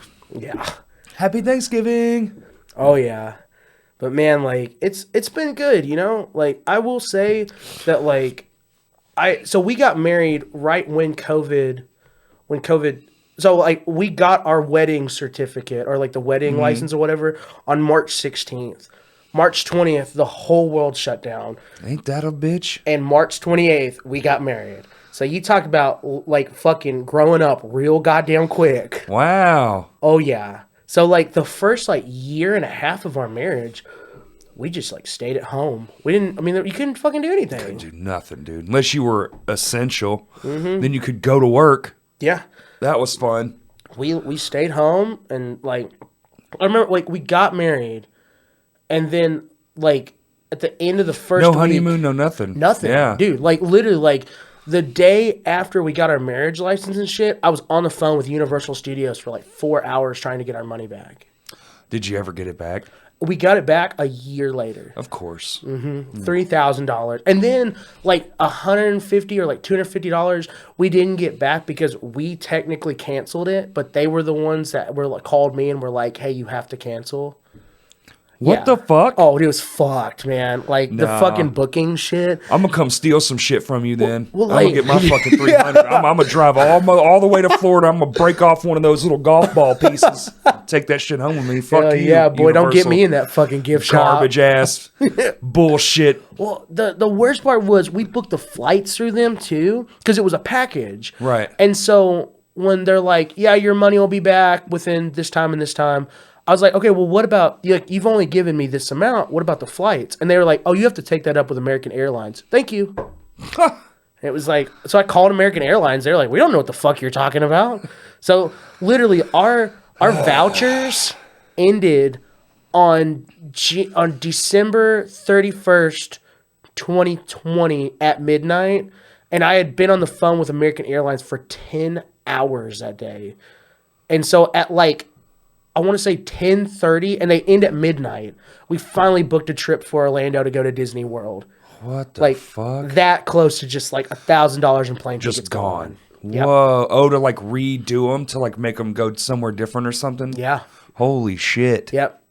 But thankfully through that, we got, because when you book through like the fucking thing where it's like you get the hotel and all that shit together, it's like it costs way more than it should, obviously, because they're trying to get as much money out of you. So like, Of course they are. We ended up getting 3 flights worth of, out of that one voucher. Because it was like the original flight for one time there and back was like $1,000. Yeah. And then that's each. And then Jesus fucking Christ, we've dude. flown like 3 times off that one voucher since. Yeah, but $1,000 for one airplane trip? Dude, you're were out like, of your fucking mind. we were 22. We didn't know it. Like it was just like, I'll just drive, dude. I'll leave a day sooner. Fuck that. That's insane. yeah, it was a pain in the ass. Oh my God. So we learned real quick, like the grown up world sucks. Oh yeah, dude. It's something else. So, And but you're only 26. Y'all live on your own now? yeah, we have a house in Sherwood. I've got a killer dog named Merle in the pound. Merle? Hell yeah. His name was Haggard in the pound, which is not like Haggard means like tired. And it's Yeah. Not Haggard. him. So he's Merle now, and Merle Haggard. So his name was Haggard, and you named him Merle. That's He did 1 year in what prison. kind of dog is he? He's a boxer beagle. Oh, So he's a weird mix. fucking weird mix. Weird mix, weird dog. Energy like a motherfucker. No. Really? What? No. That dog is lazy as shit. Get fucking out of here. Oh yeah, like I will like hold treats in front of his face, and he'll be like, Put it "Yeah." in. He's like, He's like pointing to his tongue. it's like you're just like an inch too far, dude. I can't do it. Fucking lazy bastard. Bro, if I sneeze, my dog. Well, that's like Cooper. Like, Cooper, yeah. Cooper was just like, "Hey, dude, what's good?" And then he's like the best. Merle loves people, but he really loves people if they have like Cheeto puffs and shit. Oh, dude. okay. Like he's very food motivated. He's a snacky boy. Yeah. Is he fat? You big fat? He's a 60-pound dog. I mean, well, that's not but too he's bad. he's about Yeah. as tall as his table. I got a 100-pound dog. Oh, But fuck. he's What kind of dog do slim. you have? He's a German Shepherd Labrador. He's 50-50. Oh, fuck. But for some reason, he's massive. So he's bigger than all of his siblings and his parents. God damn. Yeah, I don't know what the fuck. My brother is Motherfucking genetic jackhammer. But I told my brother, because it was my brother's dog was the mom, right? Got knocked up on accident, whatever. And I was like, I want the silly boy. I don't want like the because they're German shepherds. They're going to be super I want smart. the silliest I want goose out of the that one whole that's pack. like, and so he was like, cool. I know exactly which one it is because they have the personalities right out the gate, just like everything else. And he was like, got the perfect one, and we got him a few weeks. You got to keep him for like 8 weeks or something like that. For weaning them off of stuff to get them on food. And we got him, and he's been hilarious. But he just fucking, dude, I knew when we got him, his fucking hands are just insane. I mean, his you can shake his fucking hand like an adult. He's 3 now. Well, God almost damn. 3. He's a big bitch. Dude. You said German Shepherd Labrador, which God. you would think he would only be like. But Oh, no. I mean, head like at least when with the he camera. stands up, his head's like right here on me. God damn, And it's a I'm big 6'2", dog. so he's like damn near looking at me. My wife, they dance. And he's got that big curl tail. He's fucking What color awesome. is he? He's, dude, jet black with a hint of white right on his chest and one paw. Was he a rescue? Oh no, yo, you said you got No, a he was a friend. brand new, yeah. Yeah, No, my yeah. brother. Fuck, dude. Yeah, and his dad was just they were two old dogs, man. And my brother went inside to get some cigarettes and came outside and they were linked up. Fucking Toyota Corolla. I love that shaking back. shirt, dude. Man, this is my pride and joy right here. Descended from wolves. Yeah, I've like How about blown that? out the armpits Yo! and shit. Oh yeah, This there my you go. blown out boy too. There man. you go. Oh yeah, this shirt. I wear this shirt way too fucking much. Look at I got the tummy hole, the fat boy peekaboo. Dude, so Baker did these, and he was like, this is like his infamous, every time I look at it, I can't look at it kind of thing. And so, like, if you look around, like, it's like cracking where the print, like, through the shirt. Wow. Like, I've wore the fuck out of this shirt. So, like, so much I like that so, we both picked like our favorite to wear shirts today. This That's is awesome. my, like, I take promo photos in it, I play on stage with it. Like, if I do something where it's like, I really want to remember this, I wear this shirt. Like, That's what's up. they're my boys, dude. I love those guys. Like Jeff Bowie and them. Like, Yeah. I remember the day he gave me the demo. I was standing outside of MF Metal on Record Store Day, and he was like, "What are you here for?" And I was like, "Oh, I'm here R.I.P. MF Metal, man. Oh my god, dude! I saw Stan post a thing the other day that was just like, yeah, Knocked Loose played there, and like Terminal Nation was Two there. bands and it was $4. Yeah, and I now saw they're that. fucking selling out arenas. Isn't that just insane? But like, so we're standing out there, and he's like, "Hey, dude, what are you here to get?" And I was like, "Oh, I'm here to get some like, I think at the time it was like a Between the Buried and Me album or something." And he was like, "Oh, fuck yeah, dude! Like, I'm here for that same record too. Hey, you should check out my band, Descended from Wolves. We sound just like that." Like, I remember getting in my mom's car and like putting the CD in, and it was like, what the fuck is he listening to? Yeah, he probably thought this is probably one of those kids that like it's screaming is screaming, so it all's the same. Oh yeah, definitely. And so, but man, it really was like, I mean, meeting him. Like, I'm not saying he's like the reason I'm in all this shit, because it's not. But he was just like, he was the kind of person where I was like, I have hope for humanity and music, Right. You know? Oh, he's such a nice fucking guy, man. Like, and he holds it hostage over my head because he knows this is my favorite shirt. And he's like, I'm pretty sure I got some of those up in the fucking in the attic. Yeah, of course. I'll have to go up there at lunchtime and check. And that motherfucker's left me He on never- red. Oh, for sure. Yeah. Oh yeah. So I'd give anything to have another one of these. Doesn't that suck? Mm-hmm. Like you're like, oh, please, just a reprint. But like the smaller down you go, you know that shit's I grab never another going one of to. those drinks? Absolutely, you can.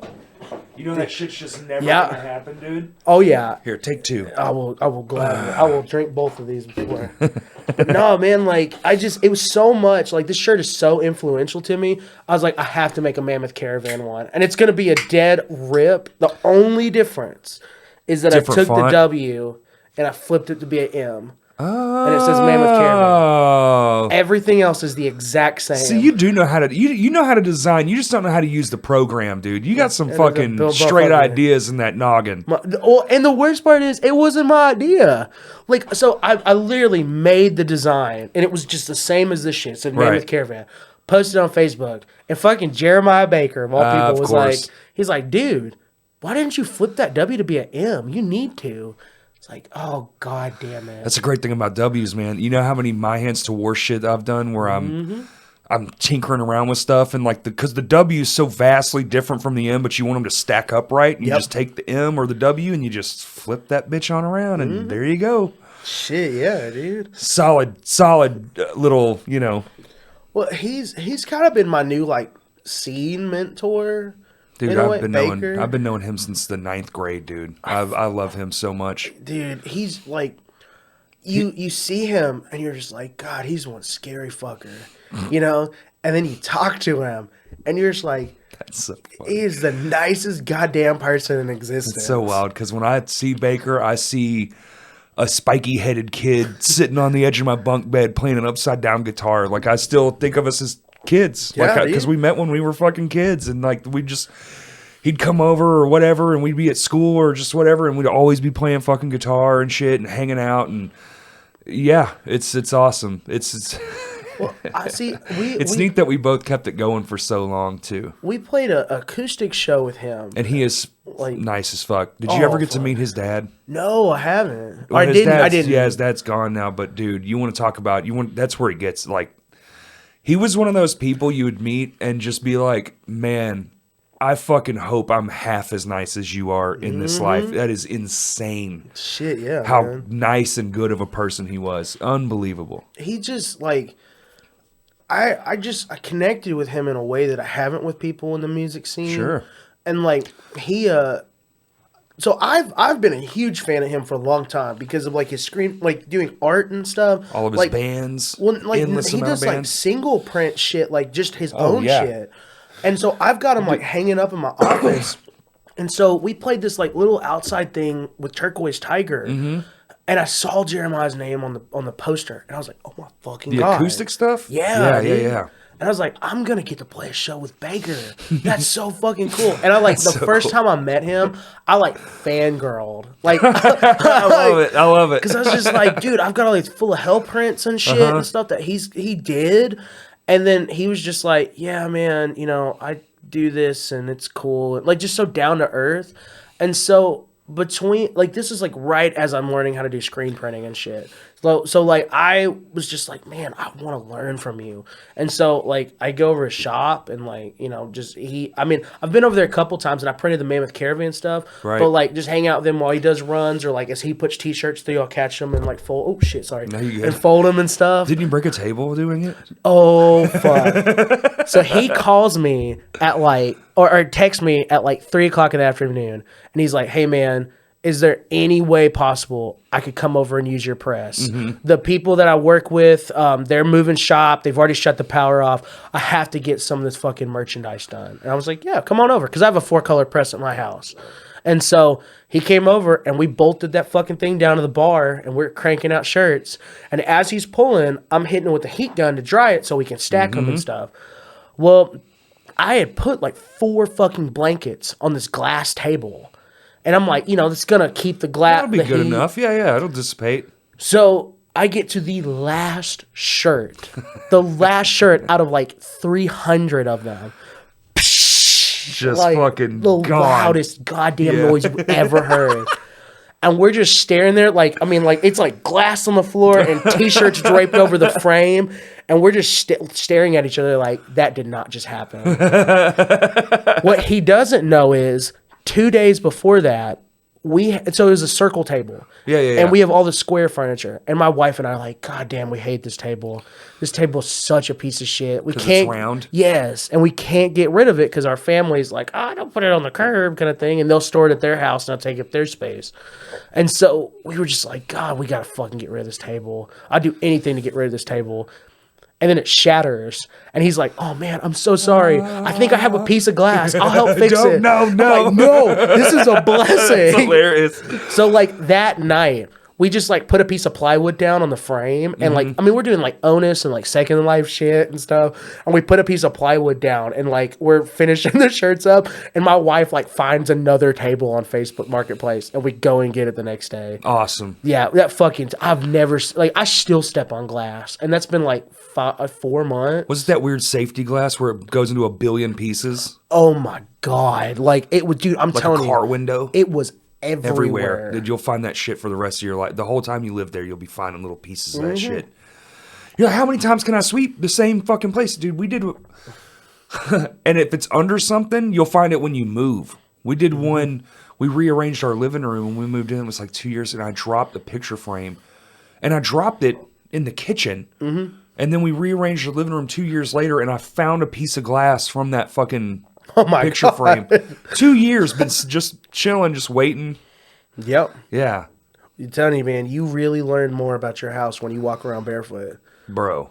Like, And my house is designed to walk around barefoot in. Like, I love walking around just my tootsies out. Feet. a little feetsy toesies. My little feetsy toesies. Oh, yeah. Except this time of year because, you know, crawl space, so the floor is colder than shit, and I don't do carpet.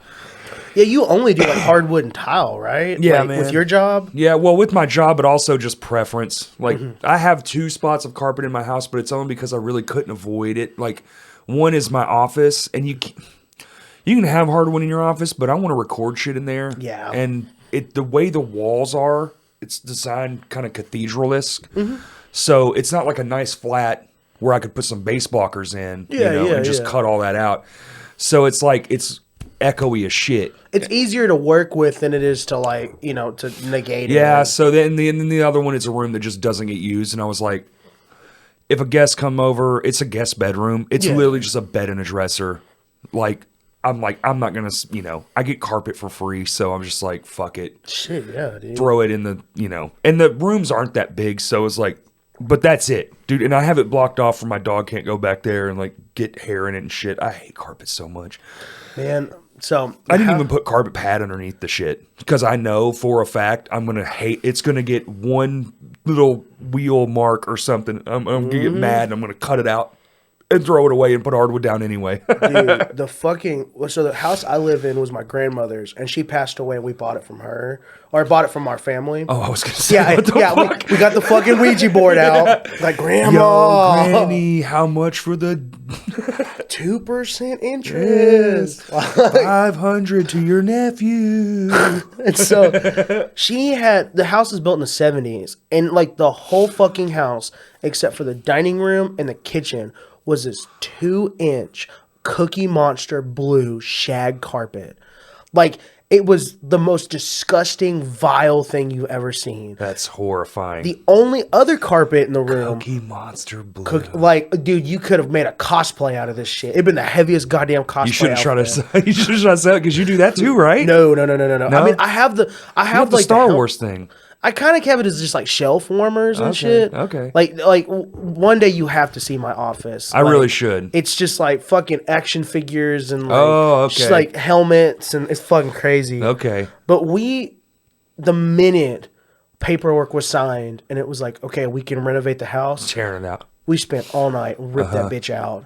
All the tack strips. Carpet's disgusting, dude. Was there beautiful hardwood underneath? No. Oh, it was. This is the bullshit ass shit. So, okay, underneath the fucking carpet, they had those lay down sticky tiles, like the linoleum. Yeah. And so you fucking rip up this ugly ass carpet to then have to rip up these ugly ass tiles. Probably mint green garbage. Oh my God, Corey. Yeah, I remember I ripped the first piece up. Talk about asbestos. I bet it was black under that shit, wasn't it? No, it wasn't, you're dude. So lucky, dude. Like, we ripped that shit up and saw that fucking linoleum, and I looked at my buddy Hughes, and I was like, I'm going to blow my fucking brains out. It took 3 days to get all those top, because it was like each one was like had a different stickiness of how it was stacked down. And then if the glue is still tacky, you're still hitting it with a fucking heat gun and a fucking putty knife. Yeah, buddy. Oh my God, I want to rip my brain out. It's tough, isn't it? So I can't imagine the shit you have to deal with. Dude, sometimes you get lucky, and sometimes that shit, they had like a water leak or something, and it's been sitting under there for 40 years, and it just comes right off the floor. But most times it's that. Mm-hmm. But you have to you don't get 3 days to do it. You get, a day. Yep. Because you do, like, all the shit you do, it's like word of mouth kind of shit. Everything, it? Yeah. Because I don't do anything with any kind of promotion or... At this point, it's like, you might as well. Because, I mean, like, you make a pretty decent income off of just doing, like, the people that you regularly know, the jobs pay good, like, if you're going job to job, but, like, I don't make a decent income as far as, like, annual income is concerned. Gotcha. It's like the job pays great, but I don't have enough of that work to, like, just have, like, this bougie life. Yeah. Well, I mean, and I don't even mean bougie. I mean, like, barely scraping by. But I would rather eke by like I do and get the client base that I get. Yeah. Because I don't have to put up, which is, like, honestly, for me, like, I'm not having my fucking time wasted, and I'm not, like, because I'm not going to 1,000, because that's what I used to do that. Go to 1,000 fucking measurements, and you're one person, so you have to do the job you're on, and then at night you're going and you're driving and you're measuring shit out and blah blah blah, and it's fucking never ending. Oh, dude. But now it's like when my phone rings, it's like I've got the job when the phone rings. I just need to come do the measuring and give them the price. Yeah. So like that part, pretty fucking nice. But it's like this. It's like, do you want more? We have to go chase it. Yeah. Are you good with less? Because, okay, you can have like this easier path, like as far as like headaches, like job headaches are concerned. But you're going to have basically fucking nothing. So there's that part too. Well, and it's like a happiness thing too. Because like A lot of that. I can imagine, especially probably when you first started doing this shit, it was like the random people you'd meet or like the... Oh, dude. Because, like, I'm pretty sure, and call me out on this if I'm wrong, there was, like, some story that you told on, like, a crash cast where, like, some bitch and her husband were, like, breaking up, like, in front of you while That you happened recently, dude. Oh, really? Yeah. I was just, like, when I went, like, because I'll listen to crash cast and shit in my car on the way to work. Dude. I was just like, God damn, that must have been miserable. Dude, you can talk about awkward as fuck, too. Like, and he knew I knew for sure. Oh. Because we were just talking, and he had the fucking 12-pack of Bud Lights, and he's cracking these crazy jokes, and I'm over here like, your whole shit is falling apart. I mean, like, you're not here at the same times. When y'all are here, y'all are saying pretty hateful shit to each other. I was like, wow, dude. Yeah. Unreal. But I've had some doozies, man. I've had some fucking dudes. We had this one chick, dude. Check this shit out. This is good podcasting right here. You ready for this? Mm-hmm. We did one. This is when I was younger. We used to fuck around. So, you know, if I'm a person spending $500,000 on a house and I see a bunch of kids in my house, but we were good at our job. Here's my... I'll side on my side, but we fucked around a lot. Mm-hmm. So we were just goofing off, having a good time constantly. Probably the most fun I've ever had doing this because I worked with like 7 of my friends. Yeah, like they're the reason I got the job. Like this is supposed to be a high school summertime thing and just turned into a fucking career, unfortunately. But so we're fucking around and this chick isn't really vibing with it. Mm-hmm. I don't blame her. You know, in the right circumstance, I'd be like, hey, why are y'all fucking around so much? I'm spending a whole lot of fucking... This is a big ass house. This is a 2-story house, fucking custom shower upstairs. So big money. Damn. That's how you know it's big money, when it's fucking custom shower upstairs. And we're done, dude. The house is done. And she calls the fucking dude that owned the company. And she's like, these fucking kids, they put poop in my... Or they put chocolate. They put chocolate in my grout. They were in there clowning around, and there's chocolate in my grout. And he goes, what? Now, listen, we fucked around a lot. We never fucked with people's stuff. The only time we ever did was by accident. You know, like somebody throws something at someone and dodge it and it put a hole in a wall. Mm-hmm. But we always admitted to it. We always fessed up. I have to say these things because what happened after this is fucking insane. So... They're bullshitting whatever, and the guy goes up there and he goes, ma'am, listen, I know these kids are clowns, but they did not put chocolate in your grout. This is not chocolate. I don't know what it is, but it's not chocolate. No, I know it was. And she goes down on the ground and she takes some with her finger off the floor and she eats it. Oh, God damn it. Ugh. The trim carpenter hit a water supply line with a nail. And it had been leaking through the middle part of the subfloor and just trickling down that area. And what she had licked was the black mold that had been growing. Oh my fucking and grew up through the floor and went through the grout lines. And it wasn't chocolate. It was fucking mold. Oh my God. Dude. At that point, it's like, you fucking deserve that. Oh, dude. Got a whole finger lick of it. And her boss was like, don't do that. Don't eat. Like, it's not chocolate. Real fucking talk, though. Who just fucking goes, I got an idea. Yeah. That was 20 years ago. I still remember that vividly. God damn. Oh, dude. That would be like scarring. You know? Well, I mean, you know, hey, we told you it wasn't chocolate, okay? I don't know what it is, but... Motherfucker gotta learn. You just ate some fucking... You might want to go to the doctor. God damn, dude. Man, like... That's a good one.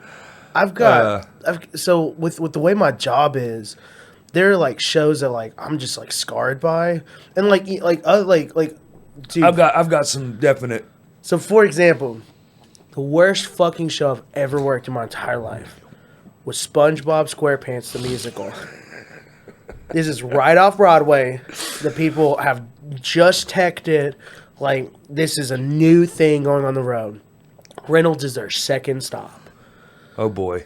And right out of the gate, they already didn't sleep well the night before.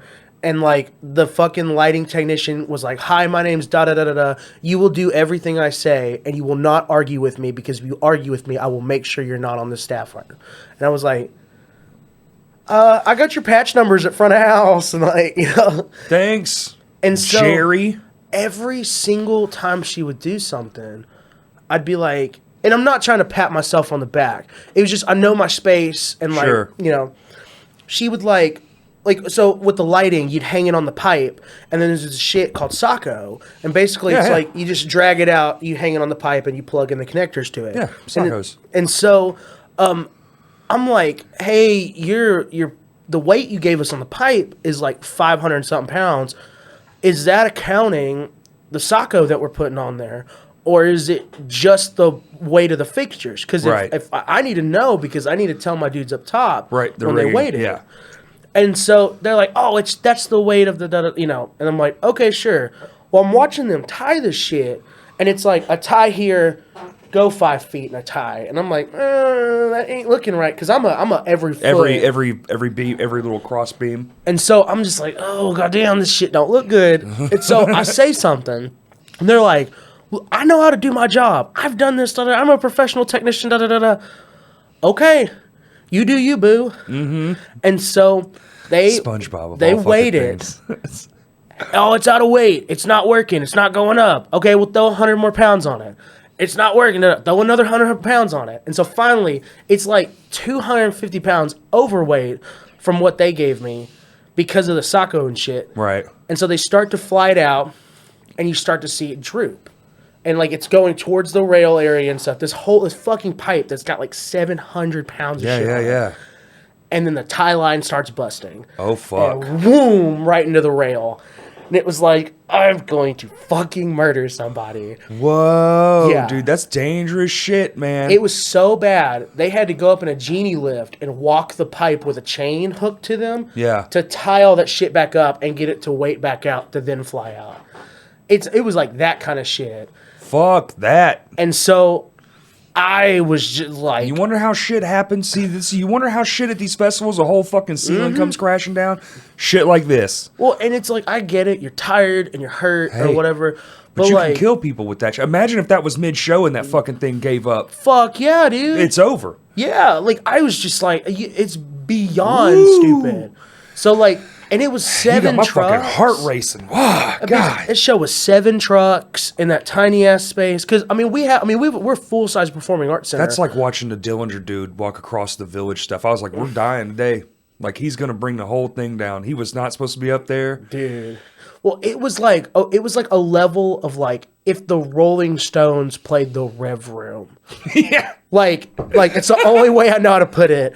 Where it was just like, could you fucking imagine? This is so cool, and I'm glad that I get to have the experience of saying this happened. Did you get to see the SpongeBob suit up close?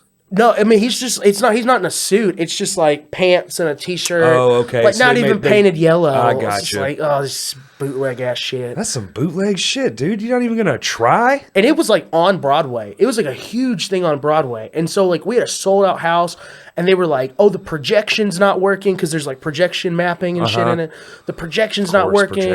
We've got to cut this, and this. And it was just like what people paid for. I felt really bad. Yeah, that sucks, bro. Like, I hate a fucking night where you're like, everybody in here got fucked. It was the most painful show I've ever worked in my entire. I'll say this. I've had 2. That one... It's just wild that it's SpongeBob. Like, that's fucking hilarious. That was the biggest fucking show. Like, 7 trucks. The biggest show I've ever done in my entire life. Yeah. The other worst show was the smallest show I've ever worked in my life. And it was literally like 2 months ago. It was a show called Spamilton. And it's like a spoof of Hamilton.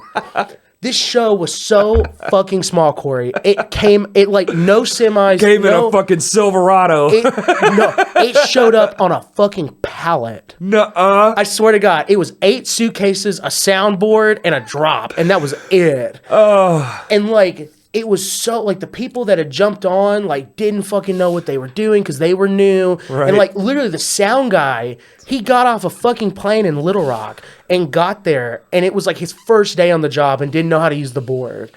Like like mics weren't working, and like he was like, I need these cables, and like went to fucking Best Buy and bought the wrong cables and shit. Like it was fucking nightmarish. It showed up on a goddamn UPS pallet.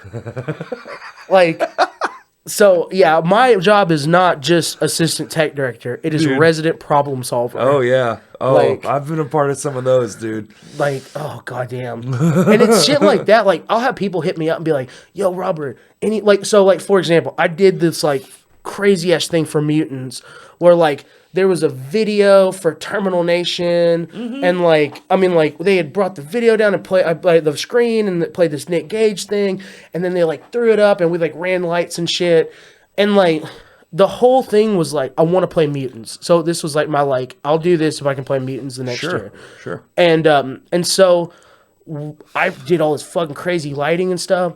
And then somebody that wasn't in Terminal Nation, was in another band, came up to me and was like, "Oh, dude, that was so fucking sick, man. Any way you'd come out and do that for my show?"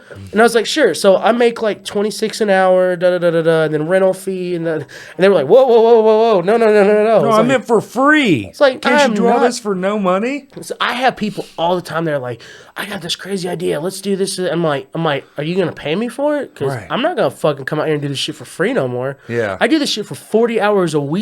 That's right. You know, I don't do this shit in my free time for fun. Yeah, you know, like if I did, I'd go do fucking community theater or get a job at a fucking production house, learn all this shit, work there for 5 fucking years, become good friends with the fucking guy who runs the ship, and then you can do it for free for yourself. Man, that's what I did. Yeah. All the reason we have all the crazy lights and all this stuff we have, that same shit, getting in on the ground floor and just busting your ass to fucking like, yo, can I borrow these, LED panels next week? We got this wicked fucking thing. Well, we're not using these 7. Sure. Yeah. Man, I'm telling you, that shit will elevate your live game so much. Infinite, dude. Infinite. Just wait. Our record release show. I'm excited. Fucking bonkers. I've already programmed a light show. Like it's gonna be a click, and then Robert's gonna be a monster with crazy lights and haze and like lasers, and like it's gonna be fucking nuts, dude. You just mapped it to your mind's tempo? I have this program. It's literally free. It's American DJ. Oh, American DJ. And you can like as long as you know the DMX addresses and stuff, it's basically a console in a computer.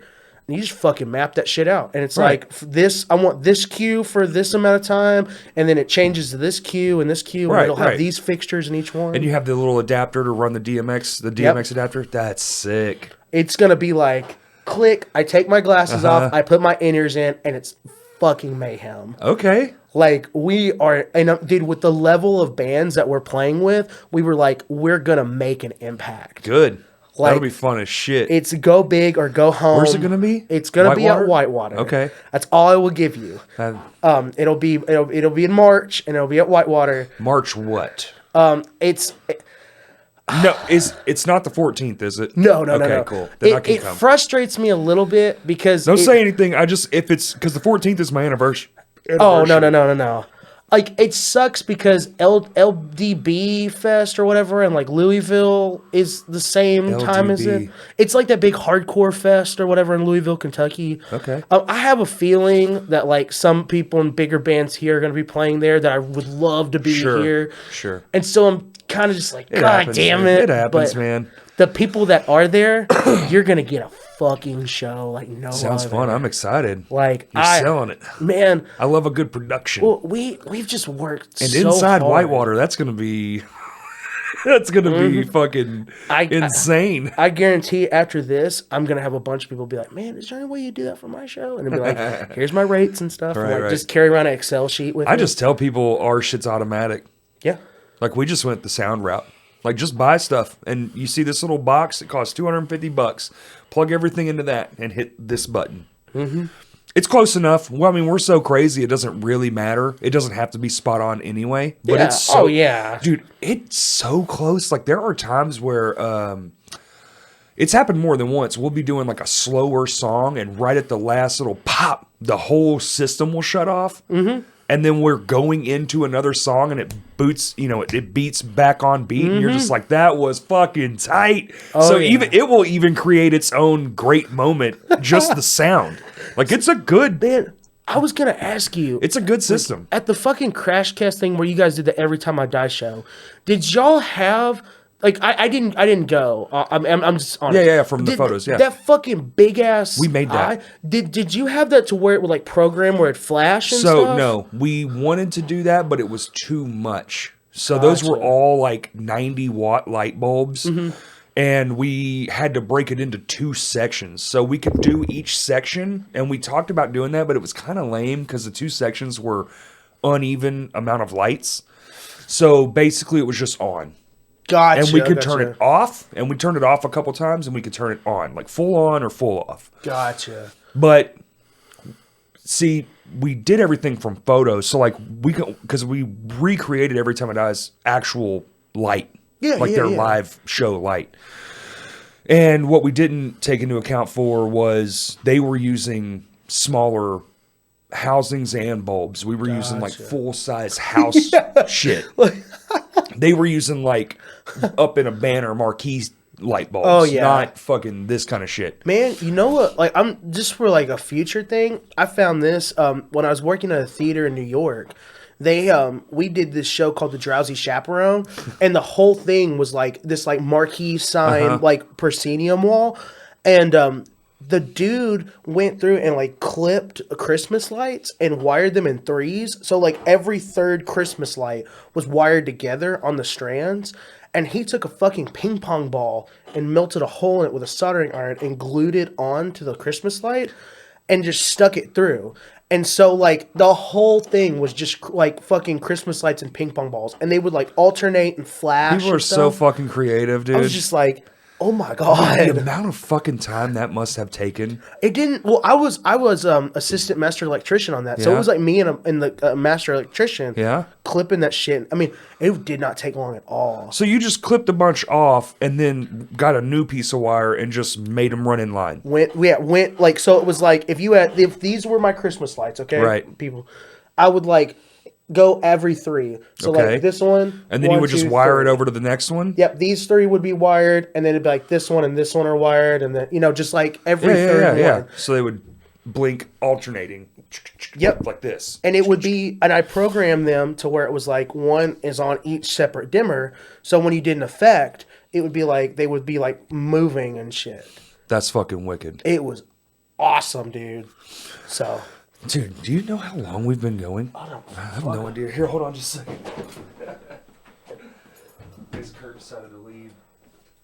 Hour 46? Not bad. Yeah. I love theater, and I love that I get to fucking play heavy music and, like, implement it in now.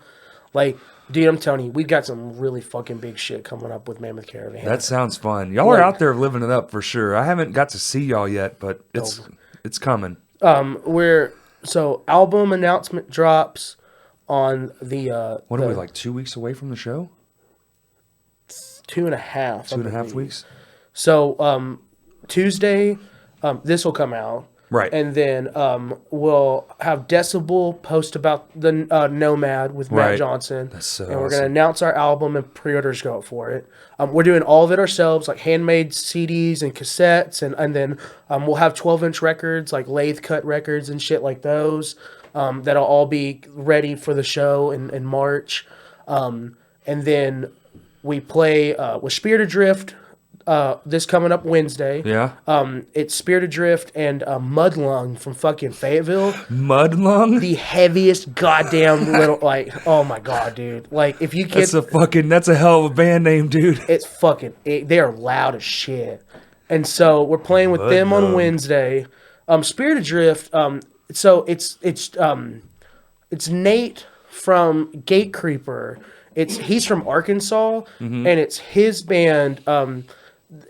he left Gate Creeper and started doing Spirit Adrift full time, and it's like his main thing. Okay. And so it's kind of like a homecoming thing because he's from Arkansas. So we're doing that on Wednesday, and then 2.5 weeks we're doing the Toy Drive show with y'all. This Louisiana band called Faustian. They're like a death metal black doom. Okay, thank you. I was wondering how you said that. Faustian. So it's Faustian, Shinfo, Zashed, Mammoth Caravan, and ACS / Bent Nail. Right.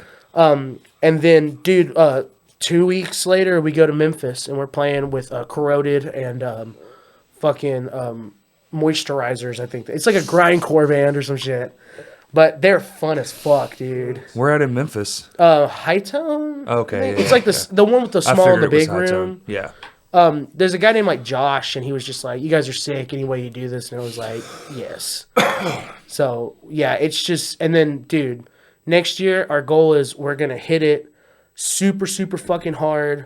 We're gonna play more out of state shows than in state shows. If we do play in state shows, they're gonna be fucking bonker big. That's the way to do it, dude. Yeah. Like Baker told me this thing. He was like, you need to get to the point where people hear the word Mammoth Caravan, they don't think, oh, you're just playing at Vino's. It's like, oh, right. like that's gonna be a big show. It'll be a nice, fun show. Yeah, absolutely. And so we're kind of implementing that mentality. Good. And so disappearing for a while and like playing out of state, and then it helps bring that crowd back. Oh, dude. I mean, that's what Go for Gold does. Like, they'll just disappear for a month and then play a couple out of state shows and then do a home show. Or just that's crazy. Play little. You know, either go out of state a bunch or just don't play at all and then do it once. But make every show memorable. Man, I'm telling you, by the time... So we're playing... Right now, we've got 2 confirmed shows for Little Rock next year. One in January, and then one in... Like, the big one in March. Right. And the January one... I mean, it's with some, like, kind of legendary bands. Good shit. And so, it's like... By the time that we get back in March, like, it's going to be like, we have played with some crazy ass fucking shit. Some good shows. You're not going to want to miss it. So, if you go to LDB Fest, I'm sorry, but, like, we're going to fucking bring the fucking hammer down. Like, but, yeah, and then Bent Nail is just kind of going to go where it's going to go. It's kind of just something. A fun thing. Yeah. You know, we played at Vino's a lot last year and this year, and so it's like now we're kind of trying to transition out and do some shit elsewhere. Sure. You know, but can I talk about the toy drive? Absolutely, thing dude. really quick? Yeah. So talk about whatever the fuck you want to. It's not. I want to state with this toy drive show that like this is really fucking important to me, not just in a way of like helping the community, because obviously it's very important. Right. But so like my wife, when she was little, she was being tested at Children's Hospital for leukemia. And so one of her only big like childhood memories of like happiness was they had this toy closet. And she got to pick a toy and shit and keep it and stuff. Right. And it was just like all this fucking miserable time up at Children's. There was this little glimmer of happiness. Because, like, dude, those kids, like, they go through some shit that, like, we couldn't imagine. Yeah, it's terrible, dude. You know, like, shit, like, they don't deserve that. Right. And so, for 5 local bands to come together and to give at least one kid some sort of happiness. Right.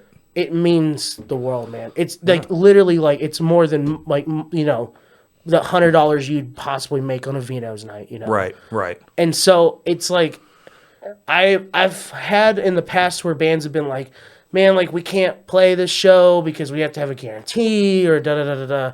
And so it's really kind of like, you know, what I'd love to be like one of these big ass, massive community builder, like sell out Vino's. We kind of have to work with what we've got. Sure. But last year it was ACS, my buddy Jordan Lansdowne, Zilla, and Turquoise Tiger.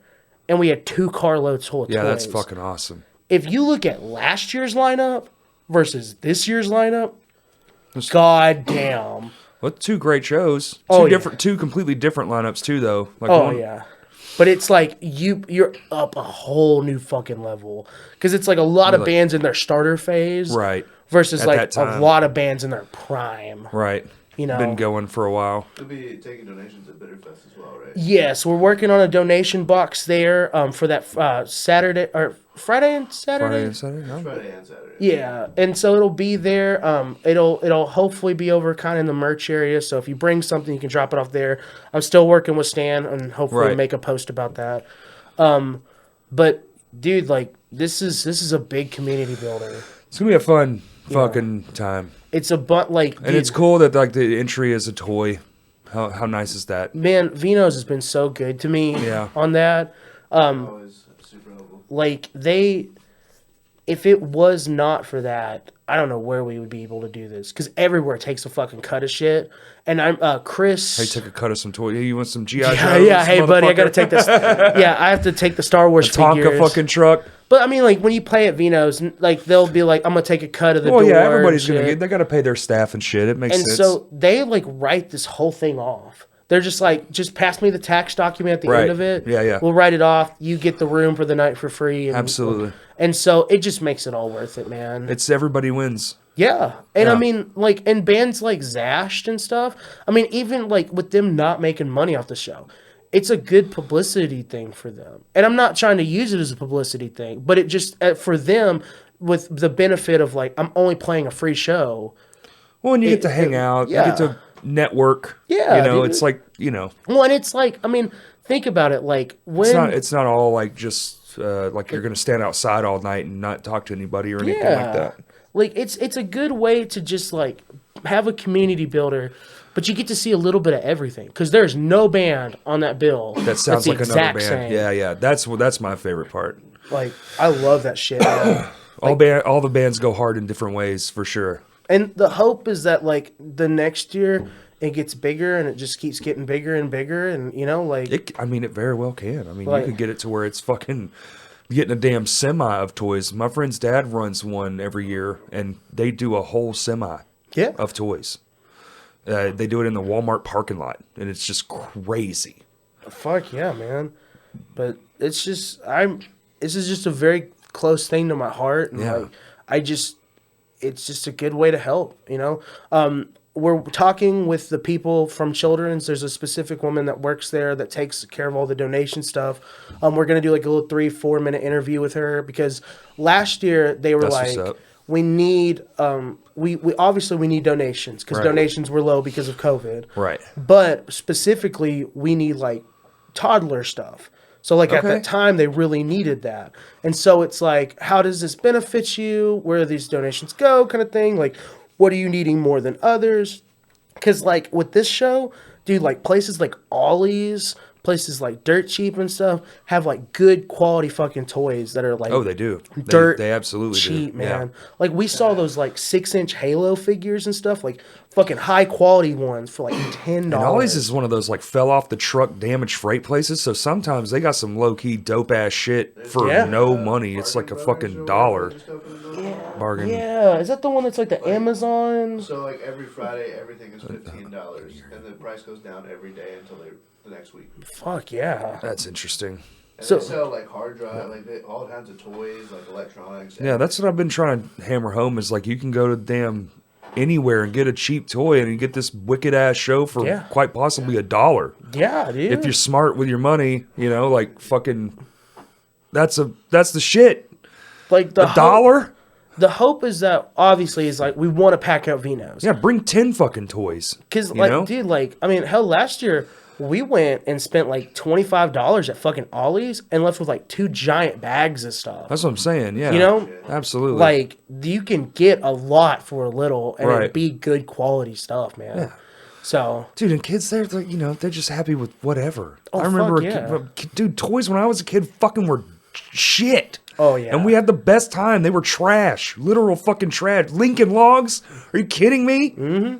Yeah, Oh, dude. like Our I grew, toys created jobs. I grew up with those fucking Power of the Force Star Wars figures, and it was the shit where like all the shit in the 70s popped off, and everybody was like, "Oh my god, these Power of the Force figures are gonna be so fucking expensive," and like buying them up and shit. And now you can find them in like every comic book store, like 3 for $5. Of course, because everybody bought them. Yeah, The only like- thing that makes them worth money is if people don't do that. Fuck yeah, man. Yeah. So it's like there's so many good opportunities to pick up shit and bring it out. And the lineup you're gonna get on this show, it's like, I mean, it's pretty fucking wild It for truly is something for everyone. It's gonna be a sick. toy drive, Yeah. man. For a toy drive, yeah, Yeah. for sure. Yeah. I'm gonna be drunk as piss, shoving pizza down my face. That's our whole thing. Like we have a rule, like 3 beers pre-play. Oh, yeah. Minimum. Got 6 Modelo's in and he's Dude, zooming. yeah, it's gonna be fucking Like- lit.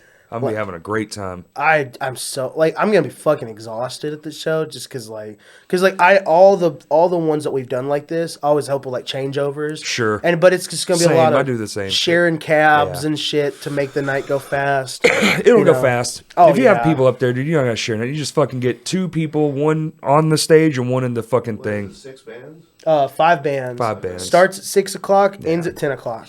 It'll you go know? fast. Oh yeah, It'll be nothing. It's gonna be a great time, especially after a crazy ass fucking weekend of music. Dude, crazy ass few months. I know It's been dumb as fuck the last like 7 weekends in a row. It's truly Yeah. That's kind of the Bonkers. fear there is like, will people be burnt out? I don't fucking care. I mean, if they are, just drop They'll a be toy fine. off. Just bring a fucking toy. I don't give Yeah. a shit if you Yeah, stay. gotta come No, to the doesn't show. have to Bring a fucking. toy. Shit, yeah. Doesn't bother me at all. In fact, just bring a toy to Banging the Rod. I'll play. Yeah, I'll play to just Robert. I don't care. You're the only guy left. Like, Shout out to this guy. And honestly, like looking at the schedule of shit, like recently, like coming up, Right. That was part of the reason where it was like with Mammoth Caravan, like we're getting the fuck out of town because it was it's like so much. There's like so much. so many, and like they're all bangers and shit. But it was just like I don't want to burn people out, you know. Yeah. Well, there's that's the weird. Is Is yeah. it too much? Isn't it too much? And when you're new, is there such a thing even as too much when you're new? Yeah, like, man. But there does come a point where, have playing to every have show, saturation in your name out there, but not too much to where people are you like, can't play everything. Yeah, No. they played 6 times in the past week. You know. Well, that's I what mean, there was touring bands that used to do that back in the day, and then they'd come through here fucking constantly, and people were like, Oh, God, yeah. even their numbers would slope. Well, you know? especially you can only play like so many times. the fuck, like especially in the downtown days, because that's when I was like Right. really, really going to shows crazy. Was like I would see bands like, and I love them like Kubla Khan.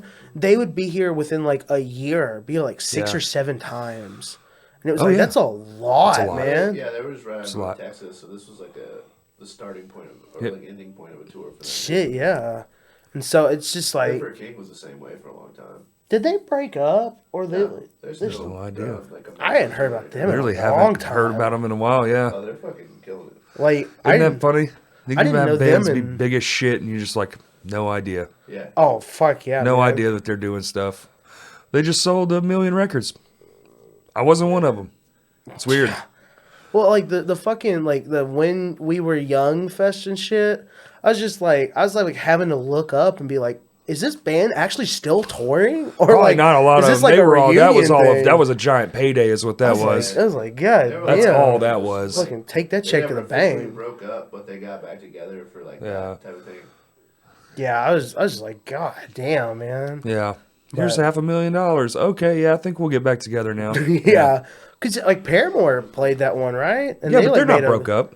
Oh yeah, they're not. They just Yeah, stopped touring for a while, but they never broke up. I think I saw Kaylee post some shit where like they just announced like a stadium tour. Yeah, or, they're like, on tour right now. Fuck, Yeah. dude. Where am I at? That's a good one. life? Yeah, Like, well, like, you're at doing your own shit, and God. Paramore ain't on the fucking roster, so do your own shit. God damn. But yeah, man, this toy drive, it's gonna be fucking wild. And It's gonna be a fun fucking time, dude. I'm excited. It's man, and like I'm just so excited to get to fucking be a part of it. You Yeah. know, like just to Be a have part any. of it. You're the mastermind. Well, I mean, like in the scene in all, like this the whole scene now, just to even be a small tiny gear in it Right. now, Yeah. you know, and it's really cool, man, to like think about how like literally 3 years ago I was just an absolute nobody that would stand on the wall playing on his phone at shows, Kid in the corner, yeah. and then now it's like I get to book a fucking show, Right. You And know? do something good for somebody else, too. like it's crazy, man, and I like feel that. it took shit like hanging out with Jake. Sure. And it took shit like, having the entire world pause for 2 years to make Right. you realize, like, fuck, Damn, I need man. to make some memories. Yeah. Yeah, I need to do something. Well, and the whole, like, dude, with, like, we've had Kurt come out and shoot our set and stuff, and, like, Mm-hmm. he's coming out and shooting, hopefully shooting us on Wednesday next week. And, like, when we fucking do this as a band, Mm-hmm. we don't even look at it as like, oh well, man, like with records and merchandise and stuff, it's like, oh, this shit's an investment. So like we're putting this in as an Right. investment. I ain't putting this shit in as an investment. I'm putting this shit as a like, I'm gonna hang it on the wall and show it to my kids and shit. Yeah, for sure. You know, like this is a memory I can hold in my hand. That. Yeah. You know, and every bad day that I have at work, there's one that you took of us at the ACS show, our record release show. And it's like me with the dulcimer up in the air and we're all eyes closed and shit. Yeah. And it was just like, this is good. I know that photo. It's a good one. This is good. Like any bad day I have, I just look at that and I'm like, I got to fucking do that. And that motherfucker shot it. Right. Like, you know?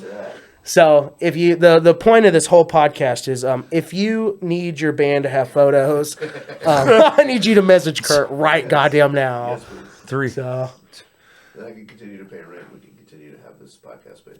yeah. I mean they'll be in the TCBY building. Yeah. Be cheaper. Yeah. Be cheaper. Oh yeah. But no, man, I'm just so thankful to even get to do this shit now. And like honestly, I'm just thankful to play fucking heavy music again. Right. Because let me tell you, I've been a very pissed off individual for a long time. And like to just get up there and beat the shit out of drums. Yeah, I cannot do it. I have to be drumming or something, dude. Like I have to. Oh fuck yeah. Okay. Yeah, the first one is this like really like drowned out reverby hum style rock thing. And then we're gonna get up there and kick you in the fucking teeth. Yeah, because you're doing a civil servant nail, which is, I guess, like a 50-50 thing. The bent nail and then Mammoth Caravan. Yeah, that's going to be awesome. Yep, and then we're going to get up there and it's just going to fucking be as loud as fucking possible. Hell yeah. Like, we've already been planning. Like, so, with our next release for Mammoth Caravan, we want to do, I don't know if I should tell Brandon I told us not. But we want to do this like Dope Smoker style release where it's like sleep recorded an hour-long song. We want to do this like 40-minute track. Because like the whole point, like so with Ice Cold Oblivion, our first record, which is coming out February 28th and will be announced on Tuesday.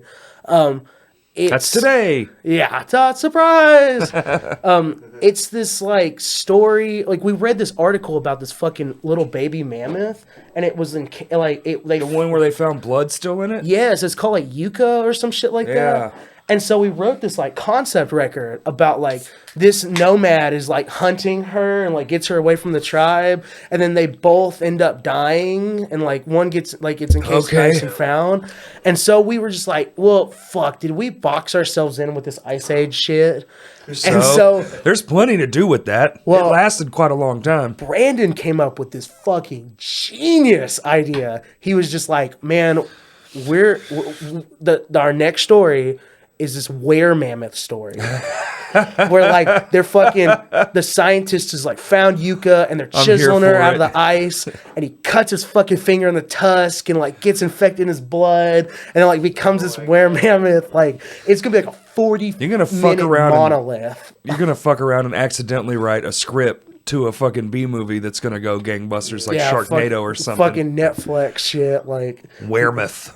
Oh, dude, I've already been drafting up designs for it. Of course, we have merch ideas ready. Like we've already booked studio time for it. Half the songs. I love that. Someone like this, like just fucking like, man, you know what I mean? Like you're excited about it. You're doing all the shit you need to do to like make sure people know about it. And there's a lot of bands that are like, yeah, we wrote music, and I hope people listen.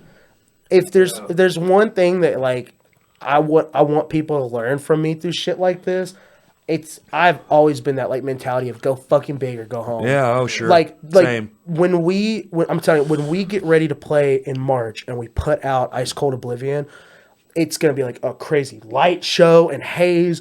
Like I've already planned these like so for the 12-inch records, I'm making these like wood sleeves that they'll slide in that'll be wood burned, and it's 6 wooden like so the fucking record, if this is like the hard sleeve shit, it will slide in a wooden one, and it's gonna have like there's 6 of them, and there's 6 songs on the album, and each one is personalized to each song. God, like all wood burned and shit. I love that. Crazy. That's amazing. I love it. Like I'm just gonna set this. Yeah, that's fine.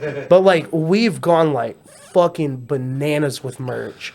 Like I cannot wait to post about this and shit. Yeah, me either. God damn, dude, that's amazing. People will be about fucking purchase into that. I remember when I was collecting the Full of Health stuff, it was like they had these like limited covers and shit. It was like one of one, handmade. That shit's huge. And it was just like I want that. So like we've like we have a record release cassette that's in like a wooden box that I've hand burned and shit. Like we'll have the 12-inch records that are limited to 6. Like, dude, it's gonna get fucking insane. Like That's what's up. And then on stage we're playing like Amplifier Warfare with like big cabs and like it. I mean, Whitewater has no idea what's coming for it. Like That's exciting as fuck. Oh yeah, so, Blow it out of the water. Oh yeah, Yeah. Man, I can't fucking express to you just how excited I am to just fucking do this shit now. Yeah. So, and hopefully, a year from now, like people don't see me as like, oh, it's Robert the Full of Hell guy, Robert the Lighting guy. It's like that guy's a fucking monster behind a drum kit, So Or all of it, or maybe all the above. I'm going more towards the monster. Stop asking me to do your fucking lights at shows. Or pay. Yeah. Oh yeah. Hundreds of dollars. Yeah, I want you, and then we'll start doing light shows in the TCBY building next to Crash Cast. That'd be sick as fuck. That'd be sick. Fuck yeah, dude. Well, man, you think we all good? Are you good? I'm good, man. That was awesome. Yep, I'm Robert. And You went on a full blown tangent. I'm tired and all the time, and I like to play loud music about mammoths and shit. I hope you like 12-inch records. All right. Where can they find you online though? Oh fuck yeah. So you can find us at mammothcaravan.bandcamp.com, facebook.com/mammothcaravan, and on Instagram at mammothcaravandoom. We're working on the bent nail stuff, so I mean, if you're already following the ACS stuff, a lot of that's going to transition over to bent It should nail. be the same account. Yeah, it's just a different name, so it'll probably be like at bent nail or some shit. I don't know. Okay. But yeah, Mammoth Caravan is my number one thing. New album Ice Cold Oblivion comes out February 28th. Got a bonkers ass record release show in March. And next week we're playing with Spirit Adrift at Whitewater on Wednesday. Or tomorrow. Tomorrow we are playing with at Whitewater. This right now. Yeah. There you go. So like, I mean, we're ready. We see what our heroes in the scene are doing, and we're ready. They paved the way. That's We're ready wicked, to dude. fucking drive down it. So. Hell yeah. All right, everybody. Fuck yeah. Cheers, matey. Yep. Thank you for listening.